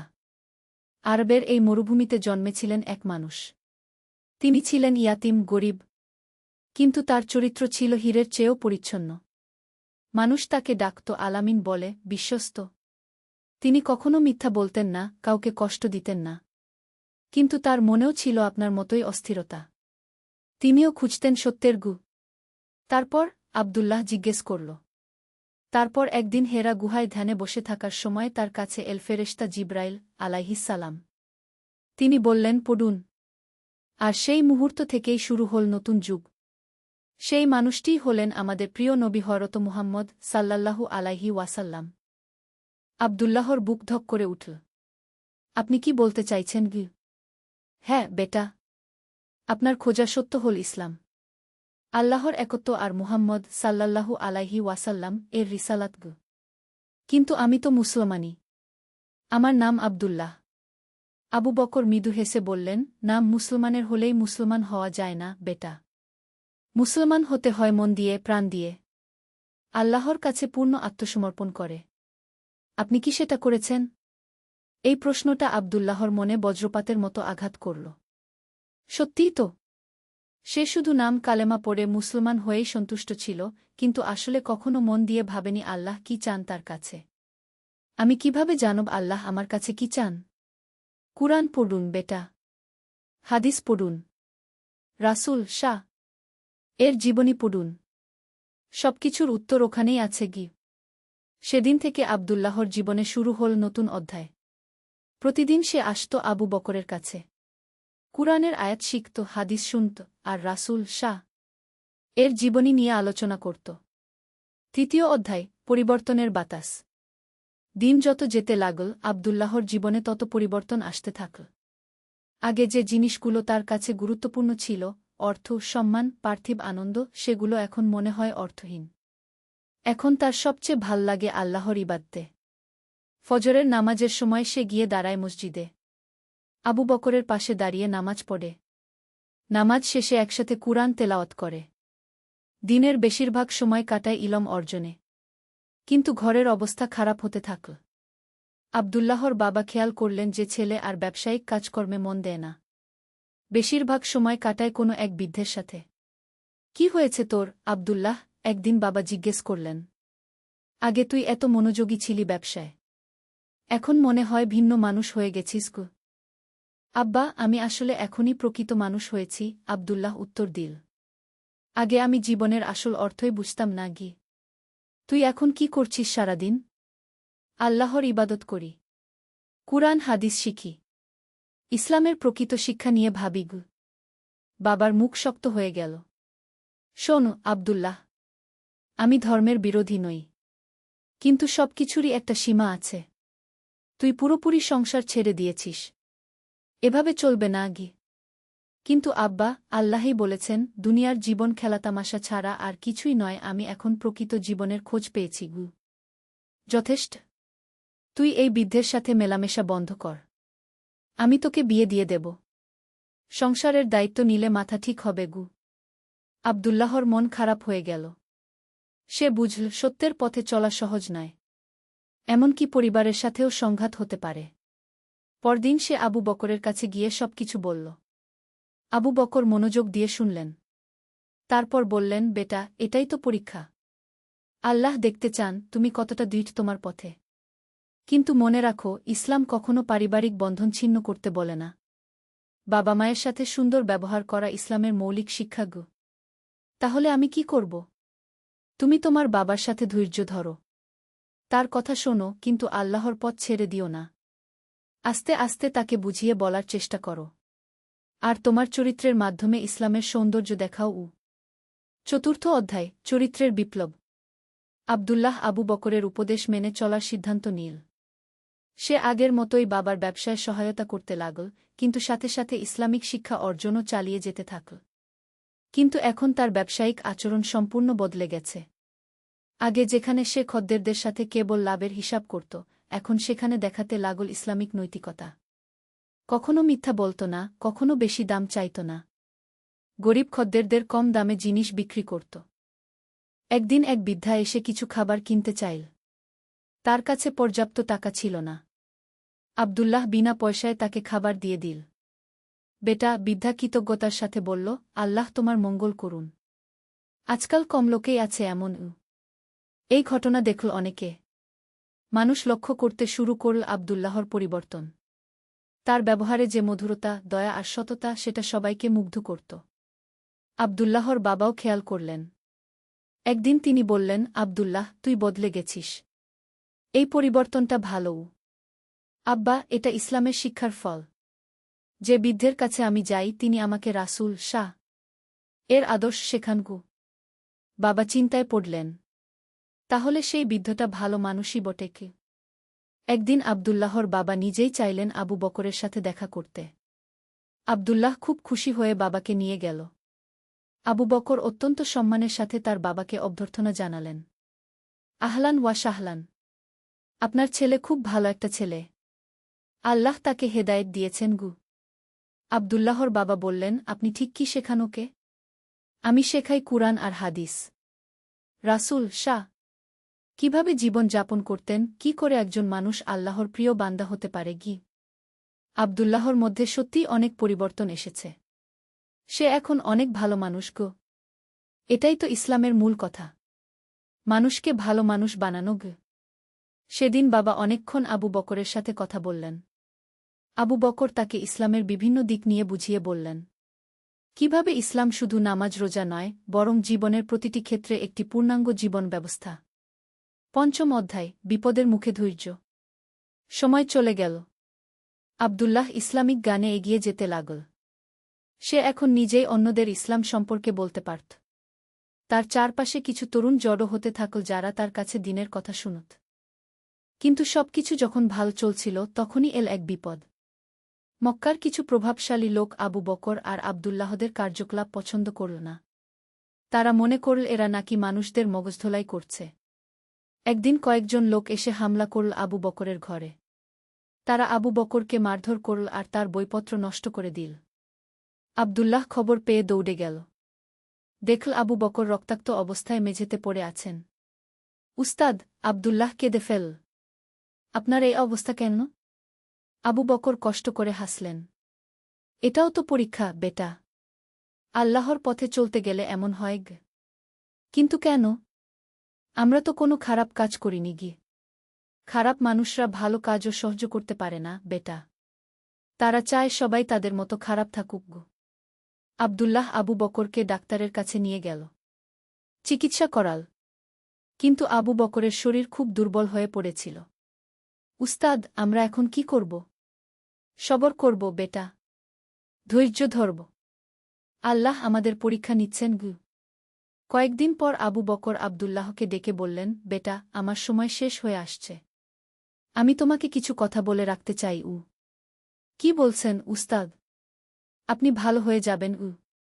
প্রত্যেকটা মানুষকে একদিন আল্লাহর কাছে ফিরে যেতে হয়। আমার সময় হয়েছে। কিন্তু তুমি যে কাজ শুরু করেছ সেটা চালিয়ে যেও। মানুষকে ইসলামের প্রকৃত শিক্ষা দাও। রাসূল শাহ এর আদর্শ ছড়িয়ে দাও। আব্দুল্লাহর চোখে পানি এসে গেল। আর একটা কথা, আবু বকর চালিয়ে গেলেন, যতই বিপদ আসুক, আল্লাহর উপর ভরসা রেখো। তিনি কখনো তার সৎ বান্দাদের একা ছেড়ে দেন না গে। ষষ্ঠ অধ্যায়, নতুন দায়িত্ব। আবু বকর মৃত্যুবরণ করলেন। আব্দুল্লাহ যেন অনাথ হয়ে গেল। তার প্রিয় উস্তাদ, যিনি তাকে ইসলামের আলোর পথ দেখিয়েছিলেন, তিনি আর নেই। জানাজার দিন অনেক মানুষ এসেছিল। আবু বকর বহু মানুষের কাছে প্রিয় ছিলেন। তার মৃত্যুতে সবাই কাঁদছিল। জানাজার পর একজন বয়স্ক লোক আব্দুল্লাহর কাছে এলেন। ভাই, আবু বকর সাহেব মৃত্যুর আগে বলে গেছেন, তুমি তার কাজ চালিয়ে নেবে। এখানে যারা ইলম শিখত তাদের আর কোথায় যেতে হবে? আব্দুল্লাহ চিন্তায় পড়ে গেল।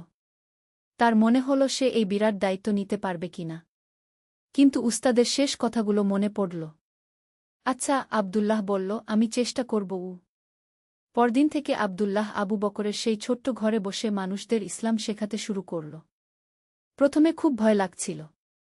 কিন্তু আস্তে আস্তে সে আত্মবিশ্বাস পেতে লাগল। প্রতিদিন ফজরের পর সে বসত কুরআন শরীফ নিয়ে। একটু একটু করে আয়াতের অর্থ বুঝিয়ে দিত। হাদিসের গল্প বলত। রাসূল এর জীবনী থেকে শিক্ষামূলক ঘটনা বর্ণনা করত। ৭ম অধ্যায়, প্রথম শিষ্য। আবদুল্লাহর শিক্ষা দেওয়ার পদ্ধতি ছিল খুব সহজ। সে কখনো কঠিন আরবি শব্দ ব্যবহার করত না। সাধারণ ভাষায় উদাহরণ দিয়ে বুঝিয়ে দিত। একদিন এক তরুণ ছেলে এল। তার নাম উমর ইবনে খত্তাব। সে ছিল খুবই উগ্র মেজাজের। রাগে গেলে কারো কথা শুনত না। আমি শুনেছি তুমি নাকি মানুষকে ভালো মানুষ বানানোর কথা বলো, উমর বলল।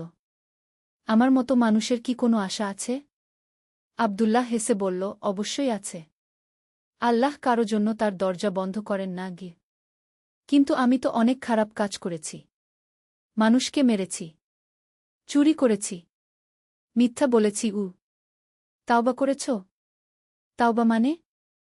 অনুশোচনা, মন থেকে আফসোস করা, আল্লাহর কাছে ক্ষমা চাওয়া, আর ওই খারাপ কাজগুলো আর না করার প্রতিজ্ঞা করাগুলো। উমর চিন্তায় পড়ে গেল। তাহলে আল্লাহ আমাকে মাফ করে দেবেন? আল্লাহ বলেছেন, আমার বান্দারা, তোমরা যারা নিজেদের উপর অতিরিক্ত অন্যায় করেছ, আল্লাহর রহমত থেকে নিরাশ হজ না। নিশ্চয় আল্লাহ সব পাপ ক্ষমা করে দেন। তিনি ক্ষমাশীল, পরম দয়ালু। উমরের চোখে পানি চলে এল। এতদিন সে ভেবেছিল তার জন্য আর কোনো আশা নেই। আমি কি করব? প্রথমে মন থেকে তাওবা করো। তারপর ৫ ওয়াক্ত নামাজ পড়া শুরু করো। আর কুরআন হাদিস শেখো। আস্তে আস্তে তোমার জীবন বদলে যাবে। সেদিন থেকে উমর নিয়মিত আসতে শুরু করল। সত্যিই তার জীবনে অভাবনীয় পরিবর্তন এল। যে ছেলে একসময় মানুষকে ভয় দেখাত, সেই ছেলেই এখন মানুষের সেবায় মত্ত। একদিন উমর আবদুল্লাহকে বলল, ভাই, আমার জীবনটা কি অদ্ভুত। আগে আমি মনে করতাম পৃথিবীর সবাই আমার শত্রু। এখন মনে হয় সবাই আমার ভাই। এটাই তো ইসলামের শক্তি, আবদুল্লাহ বলল। এটা মানুষের হৃদয় পরিবর্তন করে দেয়া। ৮ম অধ্যায়, বিপদের পুনরাবৃত্তি। উমরের পরিবর্তন দেখে আরও অনেকে আবদুল্লাহর কাছে আসতে শুরু করল।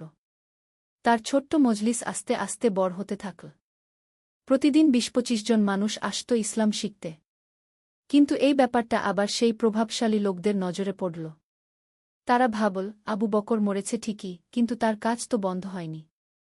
উল্টো আরও বেড়েছে। একদিন সকালে যখন আবদুল্লাহ মসজিদে নামাজ পড়তে গিয়েছিল, তখন কয়েকজন লোক তার বাড়িতে হামলা করল। তারা তার বইপুস্তক পুড়িয়ে দিল আর ঘরবাড়ি ভাঙচুর করল। নামাজ শেষে আবদুল্লাহ ঘরে ফিরে দেখে সবকিছু নষ্ট। তার প্রিয় কুরআন শরীফের কপিটা পর্যন্ত পুড়ে গেছে। উমর এসে দেখল এই অবস্থা। তার আবার পুরনো রাগ মাথায় উঠে গেল। ভাই, আমি এদের মজা দেখিয়ে দেব। এরা কি মনে করে নিজেদের? না, উমর, আবদুল্লাহ তাকে শান্ত করল। আমরা প্রতিশোধ নেব না। আমাদের উস্তাদ বলেছিলেন, অন্যায়কারীদের সাথে অন্যায় করে আমরা তাদের মতো হয়ে যাব। তাহলে আমরা কি করব? সবর করব। আর আল্লাহর উপর ভরসা রাখব। কিন্তু সেদিন সন্ধ্যায় আরেকটা ঘটনা ঘটল। পুলিশ এসে আবদুল্লাহকে গ্রেফতার করল। কি অপরাধ করেছি আমি? আবদুল্লাহ জিজ্ঞেস করল। তুমি নাকি মানুষকে বিপথে পরিচালিত করো। ধর্মের ভুল ব্যাখ্যা দাও। আবদুল্লাহ বুঝল তার শত্রুরা পুলিশের কাছে মিথ্যা অভিযোগ দিয়েছে। ৯ম অধ্যায়, কারাগারের অভিজ্ঞতা। জেলে আবদুল্লাহকে একটা ছোট কুঠুরিতে রাখা হল। সেখানে আরও কয়েকজন বন্দী ছিল। তাদের মধ্যে ছিল চোর, ডাকাত, খুনি। প্রথমে আবদুল্লাহ খুব ভয় পেল। কিন্তু তারপর মনে পড়ল আল্লাহর কথা। তিনি তো সর্বত্রই আছেন। জেলেও আছেন। আবদুল্লাহ নিয়মিত নামাজ পড়তে থাকল। কুরআনের যে অংশ মুখস্থ ছিল সেগুলো তেলাওয়াত করত। তার সহবন্দীরা প্রথমে মজা করত। কিন্তু আস্তে আস্তে তারাও তার আচরণে মুগ্ধ হতে থাকল। আবদুল্লাহ কখনো কারো সাথে খারাপ ব্যবহার করত না। নিজের খাবারও অন্যদের সাথে ভাগ করে খেত। অসুস্থ হলে সেবা করত। একদিন এক ডাকাত তাকে জিজ্ঞেস করল, ভাই, তুমি কি অপরাধ করেছ? আমি মানুষকে ভালো পথে চলতে বলেছি। সেটাই নাকি আমার অপরাধ? তুমি আমাদের সাথে এত ভালো ব্যবহার করো কেন? আমরা তো খুনি ডাকাত। তোমরা ভুল করেছ ঠিকই, কিন্তু তোমরাও তো মানুষ, আল্লাহর সৃষ্টি। তোমাদেরও পরিবর্তন হওয়ার সুযোগ আছে। এই কথা শুনে সেই ডাকাতের মন নরম হয়ে গেল। আমিও কি পারব ভালো মানুষ হতে? অবশ্যই পারবে। শুধু চাইতে হবে মন থেকে ঘি। সেদিন থেকে আব্দুল্লাহ জেলেও তার দাওয়াতি কাজ শুরু করল। একে একে তার সব সহবন্দীরা তার প্রভাবে এসে ইসলামের দিকে ঝুঁকতে থাকল। 10ম অধ্যায়, মুক্তির পর নতুন সংকল্প। 6 মাস পর আব্দুল্লাহর মুক্তি হল। জেল থেকে বের হয়ে সে দেখল উমর আর তার অন্য সাথীরা জেলগেটে দাঁড়িয়ে আছে। তারা সবাই কেঁদে ফেলল। ভাই, আমরা ভেবেছিলাম আর কখনো দেখা হবে না, উমর বলল। আল্লাহর ইচ্ছা ছাড়া কিছুই হয় না, আব্দুল্লাহ উত্তর দিল। তিনি আমাকে জেলেও একা ছাড়েননি। সেখানেও কিছু মানুষ হেদায়েত পেয়েছে গি। ঘরে ফিরে আব্দুল্লাহ দেখল তার বাবা অপেক্ষা করছেন। বাবার চোখে মুখে চিন্তার ছাপ। আবা, তুই ভালো আছিস? আলহামদুলিল্লাহ আব্বা গু। আব্দুল্লাহ, আমি এই 6 মাস খুব ভেবেছি। তুই যে পথে চলছিস সেটা কঠিন পথ। কিন্তু দেখছি তোর ছাত্ররা সবাই তোর জন্য প্রাণ দিতে প্রস্তুত। নিশ্চয় তুই ভালো কিছু করছিস গু। আব্দুল্লাহর খুশিতে বুক ভরে গেল। আব্বা, আপনিও যদি আমাদের সাথে ইসলাম শেখেন গু। ঠিক আছে, আমিও তোর ক্লাসে যাবু। এর চেয়ে খুশির আর কি হতে পারে? আব্দুল্লাহ মনে মনে আল্লাহর শুকরিয়া আদায় করল। 11 অধ্যায়, বিপদ থেকে শিক্ষা। জেল থেকে ফিরে আব্দুল্লাহ আরও দৃঢ়ভাবে তার দাওয়াতি কাজ শুরু করল। কিন্তু এবার সে আরও সতর্ক। সে বুঝেছিল যে শত্রুরা সব সময় তাক করে বসে আছে। এবার সে আর কোনো নির্দিষ্ট জায়গায় বসে পড়াশোনা করত না। কখনো মসজিদে, কখনো কারো ঘরে, কখনো বাগানে। আর সবসময় ছোট ছোট গ্রুপে ভাগ করে পড়াত। উমর একদিন বলল, ভাই, এভাবে লুকিয়ে লুকিয়ে কতদিন? উমর, আমরা আল্লাহর দ্বীনের কাজ করছি। এটা গোপন করার মতো কোনো লজ্জার বিষয় নয়। কিন্তু আমাদের সতর্ক থাকতে হবে। রাসূল শাহ এর সময়েও মুসলমানদের প্রথমে লুকিয়ে দাওয়াত করতে হয়েছিল গু। ঠিক বলেছেন গু। আব্দুল্লাহ এবার একটা নতুন পদ্ধতি চালু করল। সে তার শিক্ষার্থীদের বলল, তোমরা শুধু এখানে এসে শুনেই সন্তুষ্ট থেকো না। যে কথাগুলো শিখলে সেগুলো তোমাদের পরিবারে, বন্ধুদের মধ্যে, কর্মক্ষেত্রে ছড়িয়ে দাও। সবার সাথে ভালো ব্যবহার করো। তোমাদের চরিত্রের মাধ্যমে ইসলামের সৌন্দর্য তুলে ধরো গো। এই পদ্ধতি খুব কাজে দিল। আস্তে আস্তে পুরো শহরে ইসলামের সুগন্ধ ছড়িয়ে পড়তে থাকল। মানুষ নিজে থেকেই ইসলামের দিকে আকর্ষিত হতে থাকল। 10 অধ্যায়, হৃদয় পরিবর্তনের ক্ষমতা। একদিন খুব মজার একটা ঘটনা ঘটল। আব্দুল্লাহ বাজারে গিয়েছিল কেনাকাটার জন্য। হঠাৎ দেখে একজন লোক চিৎকার করছে, চোর, চোর, আমার পার্স চুরি গেছে। আব্দুল্লাহ দেখল একটা ছেলে দৌড়ে পালিয়ে যাচ্ছে। সে সেই ছেলেটাকে দেখেছে আগে। এক দুঃখী পরিবারের সন্তান। আব্দুল্লাহ দৌড়ে সেই ছেলেটার পিছনে গেল। একটা নির্জন জায়গায় তাকে ধরে ফেল। পার্সটা দাও, আব্দুল্লাহ বলল। ছেলেটা ভয়ে কাঁপছিল। আহ, আমি চুরি করিনি গিয়ে। মিথ্যা বলার দরকার নেই।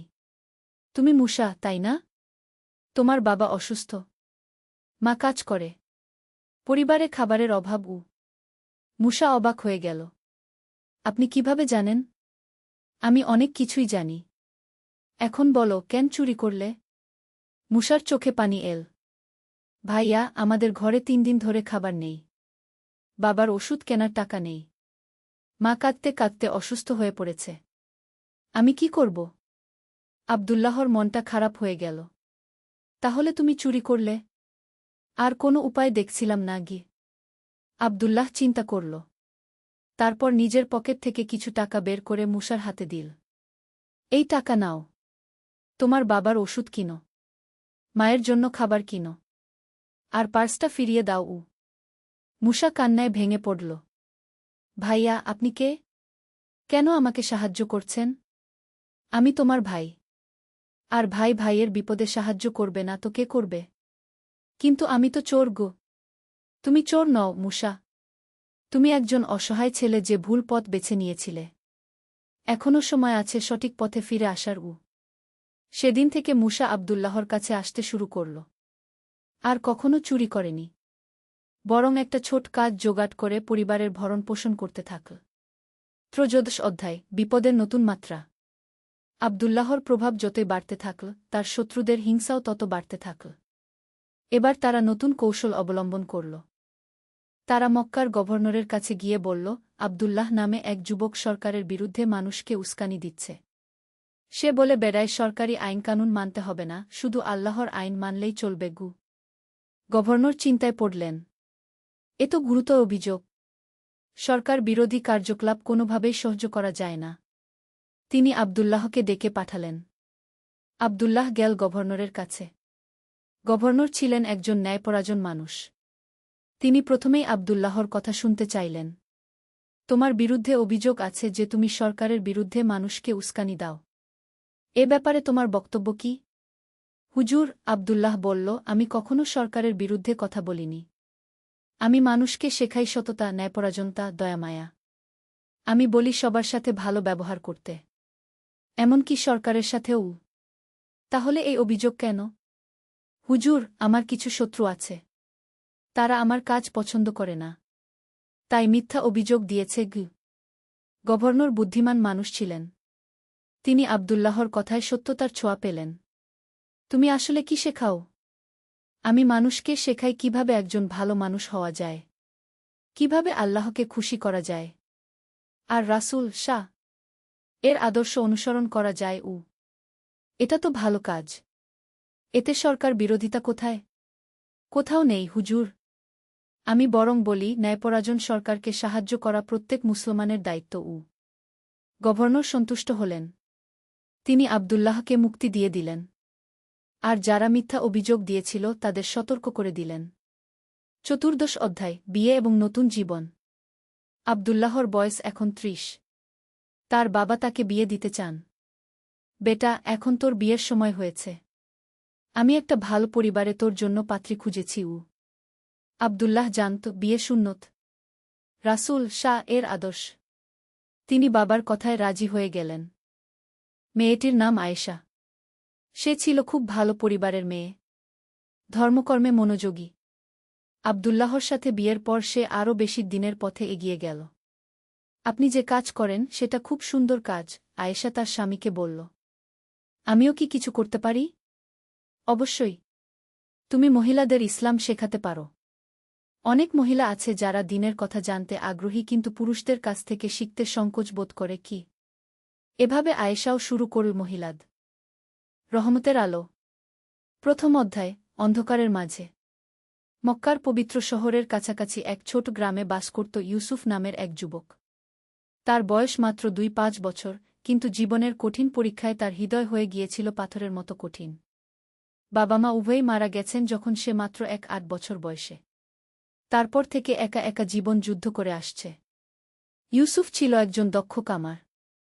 তার হাতে তৈরি তরবারি আর ছুরি ছিল পুরো অঞ্চলের মধ্যে সবচেয়ে ধারালো। কিন্তু জীবনের কষ্ট আর দুঃখ তাকে করে তুলেছিল অসহিষ্ণু আর রাগী। সে মানুষের সাথে কথা বলত কর্কশ স্বরে। গরিবদের সাহায্য করার কথা ভাবতই না। তার মনে ছিল শুধু একটাই চিন্তা, কিভাবে আরও বেশি টাকা আয় করা যায়। প্রতিদিন ফজরের আজান দিলেও ইউসুফ নামাজ পড়ত না।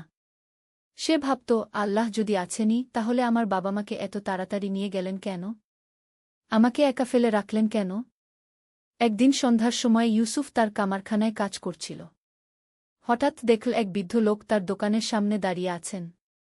বৃদ্ধের চেহারা ছিল অত্যন্ত পবিত্র, দাড়িতে ছিল সাদা পালক। তার চোখে ছিল অফুরন্ত মমতা। আসসালামু আলাইকুম বেটা, বৃদ্ধ বললেন মধুর স্বরে। ইউসুফ তাকাল না, শুধু বলল, কি চান? একটা ছোট ছুরি লাগবে। দাম কত? 5 দিনার, ইউসুফ রুডভাবে জবাব দিল। বৃদ্ধ তার থলে থেকে কয়েকটা পয়সা বের করলেন। আমার কাছে শুধু 2 দিনার আছে বেটা। এইটুকু নেবেন? না, নিচে দাম করি না। যেতে পারেন। বৃদ্ধ কিছুক্ষণ চুপ করে দাঁড়িয়ে রইলেন। তারপর বললেন, ঠিক আছে বেটা, আল্লাহ তোমার মঙ্গল করুন। ইউসুফ মনে মনে রেগে গেল। মঙ্গল? আমার আর কোনো মঙ্গল হবে না। দ্বিতীয় অধ্যায়, অপ্রত্যাশিত দর্শন। পরের দিন জুমার নামাজের পর ইউসুফ বাজারে গিয়েছিল কিছু কাঁচামাল কিনতে। হঠাৎ দেখল ভিড়ের মাঝে একজন লোক খুব উচ্চস্বরে কথা বলছেন। তার চারপাশে অনেক মানুষ জড়ো হয়েছে। ভাইয়েরা, আমরা যদি আল্লাহর উপর সত্যিকারের ঈমান রাখি, তাহলে আমাদের হৃদয় হতে হবে সকল মানুষের জন্য দয়ায় ভরা। রাসূল শাহ বলেছেন, তোমাদের মধ্যে কেউ সত্যিকারের মুমিন নয় যতক্ষণ না সে তার ভাইদের জন্য তাই পছন্দ করে যা সে নিজের জন্য পছন্দ করে। ইউসুফ কৌতূহল নিয়ে কাছে গেল। দেখল একজন যুবক, যার চেহারায় আছে আলোর ঝলক। তার কথায় ছিল এমন এক জাদু যা মানুষের হৃদয় স্পর্শ করে। যুবকের নাম আহমেদ। সে ছিল একজন দরিদ্র মানুষ, কিন্তু তার মুখে ছিল সবসময় হাসি। প্রতিদিন সে বিভিন্ন জায়গায় গিয়ে ইসলামের সুন্দর বাণী মানুষের কাছে পৌঁছাত। আল্লাহর রহমত অসীম, আহমেদ বলছিল। যে ব্যক্তি অন্যের উপকার করে, আল্লাহ তার উপকার করেন। যে ব্যক্তি ক্ষমা করে, আল্লাহ তাকে ক্ষমা করেন। ইউসুফ মনে মনে বিরক্ত হল। এসব কথা তার কাছে মনে হচ্ছিল অর্থহীন। সে ঘুরে দাঁড়াতে যাবে, এমন সময় আহমেদের চোখ পড়ল তার উপর। ভাই, আপনি যাচ্ছেন কেন? একটু শুনে যান। আমার সময় নেই, ইউসুফ রুডভাবে বলল। সময় নেই মানে? আল্লাহর জন্য কি একটু সময় নেই? আল্লাহ, ইউসুফ কটাক্ষ করে বলল। আল্লাহ কোথায়? আমি তো তাকে কখনো দেখলাম না। আহমেদ হাসল। আল্লাহকে দেখতে চান? তাহলে একটা গরিব শিশুর মুখে খুশির হাসি ফোটান। একটা অসহায় বৃদ্ধের সেবা করুন। একটা ক্ষুধার্ত মানুষকে খাবার দিন। তখন দেখবেন আল্লাহ কত কাছে ইউসুফ কিছু বলল না। কিন্তু আহমেদের কথাগুলো তার মনের মধ্যে গেঁথে গেল। ৩য় অধ্যায়, প্রথম আলোর ঝলক। সেই রাতে ইউসুফ ঘুমাতে পারল না। আহমেদের কথাগুলো বারবার তার মনে ভেসে উঠছিল। সে জানালার কাছে দাঁড়িয়ে তারাভরা আকাশের দিকে তাকিয়ে রইল। আল্লাহ, তুমি যদি সত্যিই থাকো, সে মনে মনে বলল, তাহলে আমাকে পথ দেখাও। আমি হারিয়ে গেছি। পরের দিন সকালে ফজরের আজান শুনে ইউসুফের ঘুম ভেঙে গেল। সে অনেকদিন পর আজানের সুন্দর কণ্ঠস্বর মনোযোগ দিয়ে শুনল। আল্লাহু আকবার, আল্লাহু আকবার। আশহাদু আল্লা ইলাহা ইল্লাল্লাহ। হঠাৎ তার মনে পড়ল ছোটবেলার কথা। বাবা কিভাবে তার হাত ধরে মসজিদে নিয়ে যেতেন। মা কিভাবে তাকে কুরআন তেলাওয়াত শেখাতেন। দুপুরের সময় ইউসুফ কাজ করছিল, এমন সময় দেখল সেই একই বৃদ্ধ আবার এসেছেন যিনি গতকাল ছুরি কিনতে এসেছিলেন। আসসালামু আলাইকুম বেটা, বৃদ্ধ আবারও মধুর স্বরে বললেন। এবার ইউসুফ একটু লজ্জা পেল। ওয়ালাইকুম আসসালাম। গতকাল যে ছুরিটার কথা বলেছিলাম সেটা এখনো আছে? ইউসুফ মনে মনে দ্বিধায় পড়ল। বৃদ্ধের কাছে তো ৫ দিনার নেই। কিন্তু আজ কেন জানি তার মন অন্যরকম লাগছে। আজ্ঞে হ্যাঁ, আছে কি বলে ইউসুফ একটা সুন্দর ছুরি বের করল। আমার কাছে আজও ২ দিনার আছে, বৃদ্ধ বিনীতভাবে বললেন। ইউসুফ কিছুক্ষণ চুপ করে রইল। তারপর বলল, ঠিক আছে, ২ দিনারেই নিয়ে যান। বৃদ্ধের চেহারায় আনন্দের ঝলক ফুটে উঠল। আল্লাহ তোমার ভালো করুক বেটা। আমি তোমার জন্য দোয়া করব। ইউসুফ প্রথমবারের মতো অনুভব করল মনের মধ্যে একটা অন্যরকম প্রশান্তি। ৪র্থ অধ্যায়, পরিবর্তনের শুরু। সেই ঘটনার পর থেকে ইউসুফের মনের মধ্যে ধীরে ধীরে পরিবর্তন আসতে লাগল। সে প্রতিদিন আহমেদের ওয়াজ শুনতে যেতে লাগল। একদিন আহমেদ বলছিল, রাসূল শাহ এর একটি হাদিসের কথা। যে ব্যক্তি কোনো মুসলিমের কোনো কষ্ট দূর করে দেয়, আল্লাহ তার কিয়ামতের দিনের কষ্ট দূর করে দেবেন।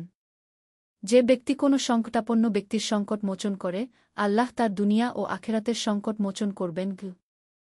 ইউসুফ এই কথাগুলো শুনে গভীরভাবে চিন্তা করল। সে বুঝতে পারল যে তার জীবনে সত্যিকারের শান্তি পেতে হলে অন্যদের সাহায্য করতে হবে।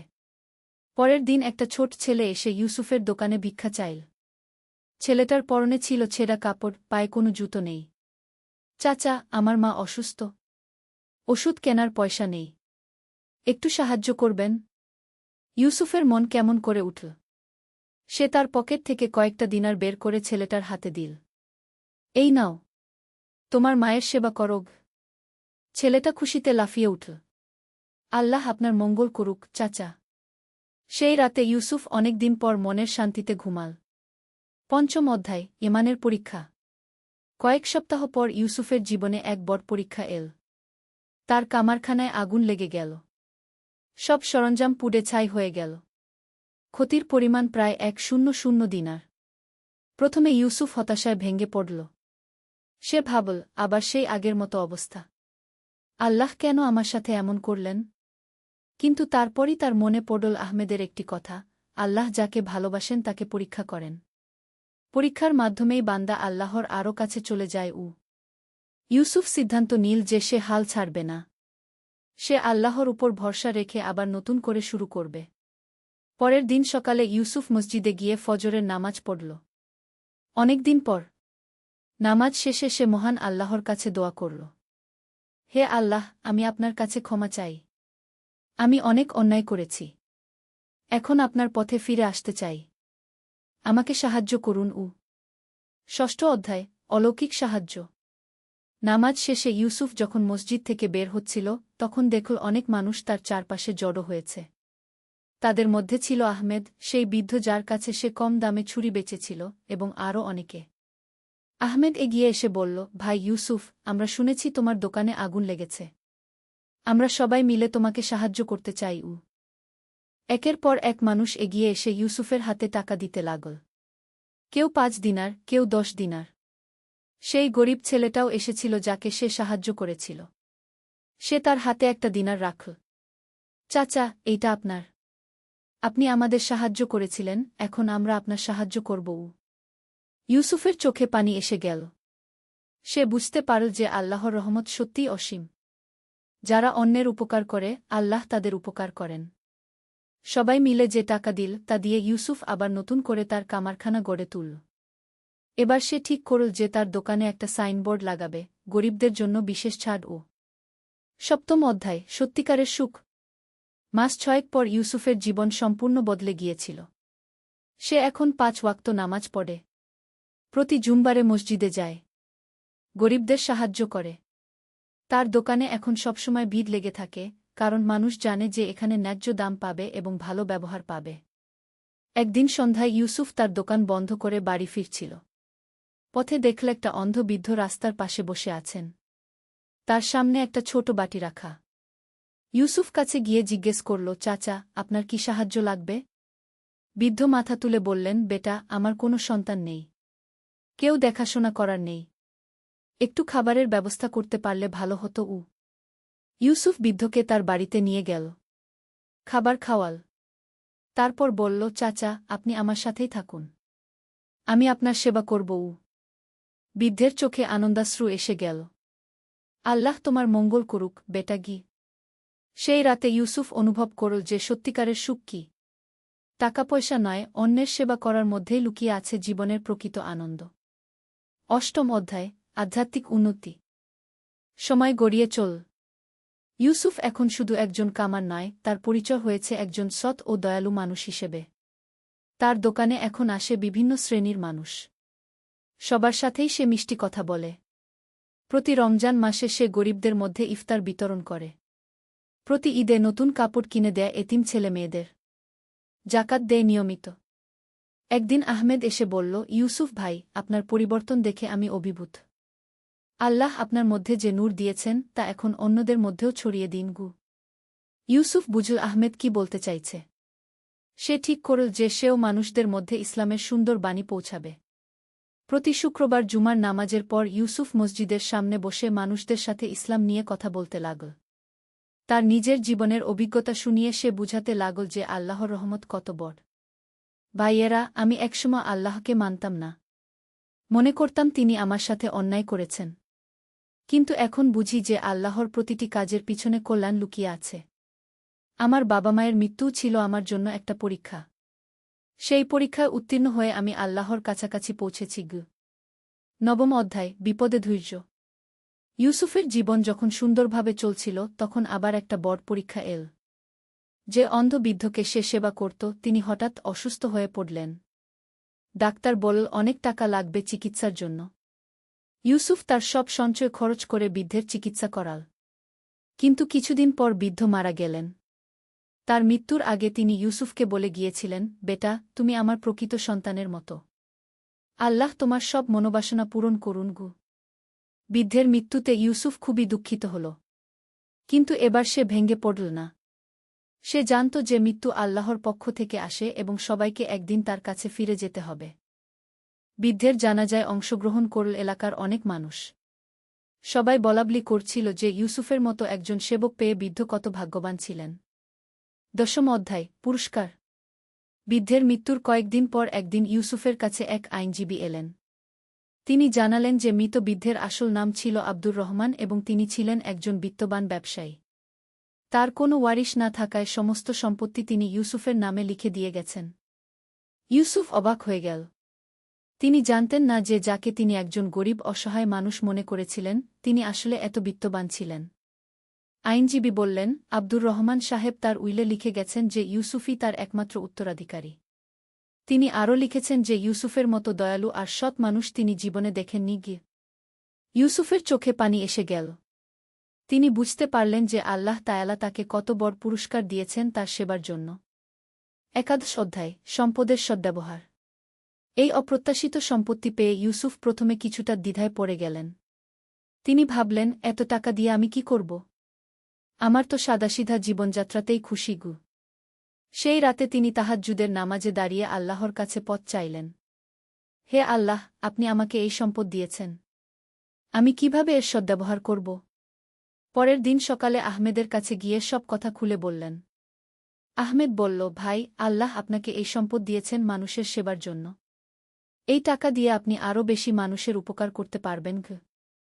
ইউসুফ ঠিক করলেন যে তিনি এই সম্পদ দিয়ে একটি দাতব্য প্রতিষ্ঠান গড়বেন, যেখানে এতিম ছেলেমেয়েদের পড়াশোনার ব্যবস্থা হবে, গরিবদের চিকিৎসার ব্যবস্থা হবে এবং অসহায় বৃদ্ধদের আশ্রয় পাবেন। তিনি তার সম্পত্তির একটি বড় অংশ দিয়ে খুরহমত ফাউন্ডেশন নামে একটি সংস্থা গড়লেন। এর মূল উদ্দেশ্য ছিল দরিদ্র ও অসহায়দের সেবা করা। দ্বাদশ অধ্যায়, প্রভাব বিস্তার।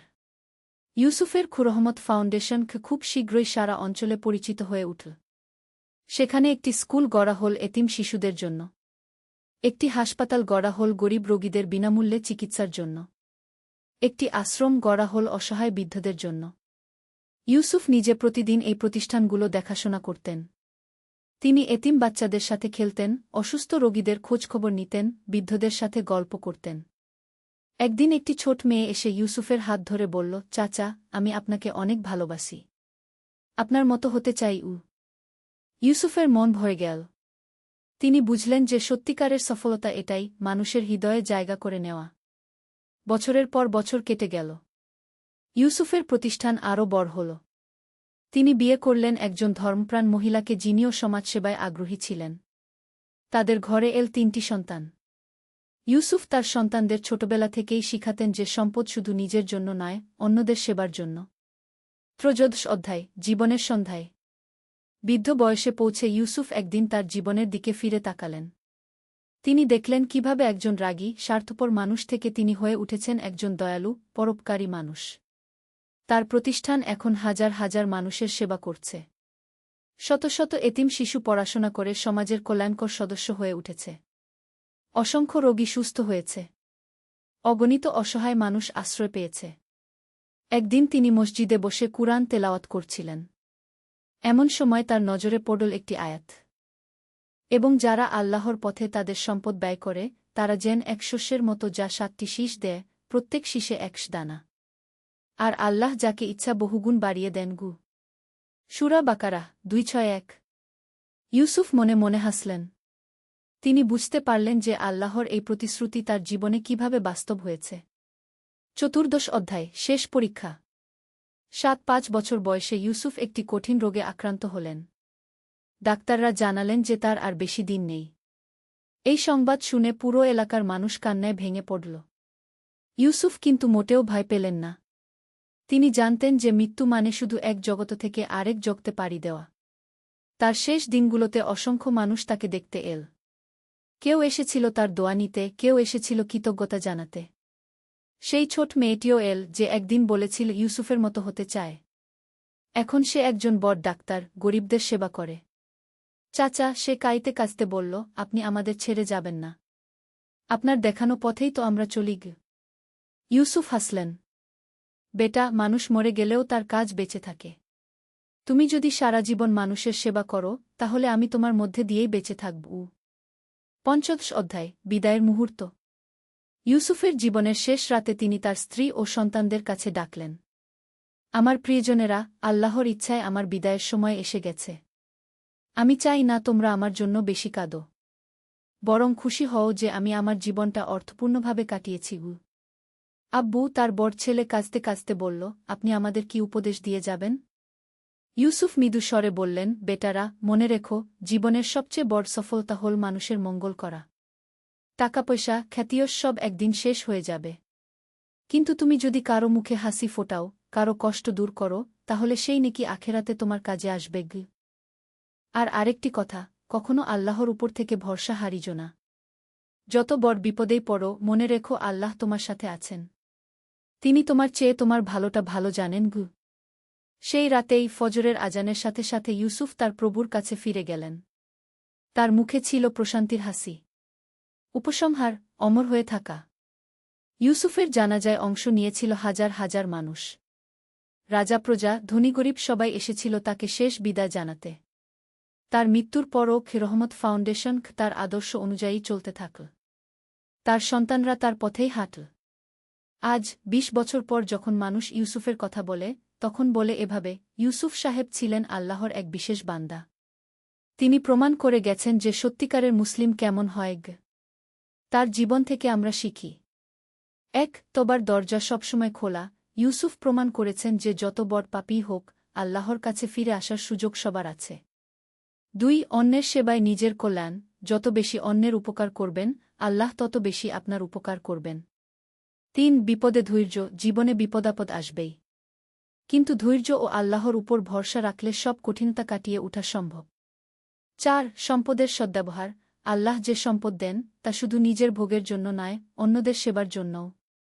৫. নেক আমলের দীর্ঘস্থায়ী প্রভাব। মানুষ মরে গেলেও তার ভালো কাজের প্রভাব বহু প্রজন্ম ধরে চলতে থাকে। ইউসুফের গল্প আমাদের শেখায় যে আল্লাহর রহমত সত্যিই অসীম। যারা তার পথে ফিরে আসে, তাদের তিনি কখনো নিরাশ করেন না।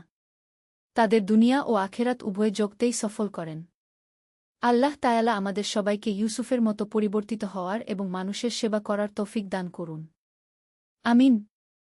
রব্বানা আতিনা ফিদ দুনিয়া হাসানাতাও ওয়া ফিল আখিরাতি হাসানাতাও ওয়া কিনা আজাবান নার। হে আমাদের প্রতিপালক, আমাদেরকে দুনিয়াতে কল্যাণ দান করুন এবং আখেরাতেও কল্যাণ দান করুন এবং আমাদেরকে জাহান্নামের আগুন থেকে রক্ষা করুন।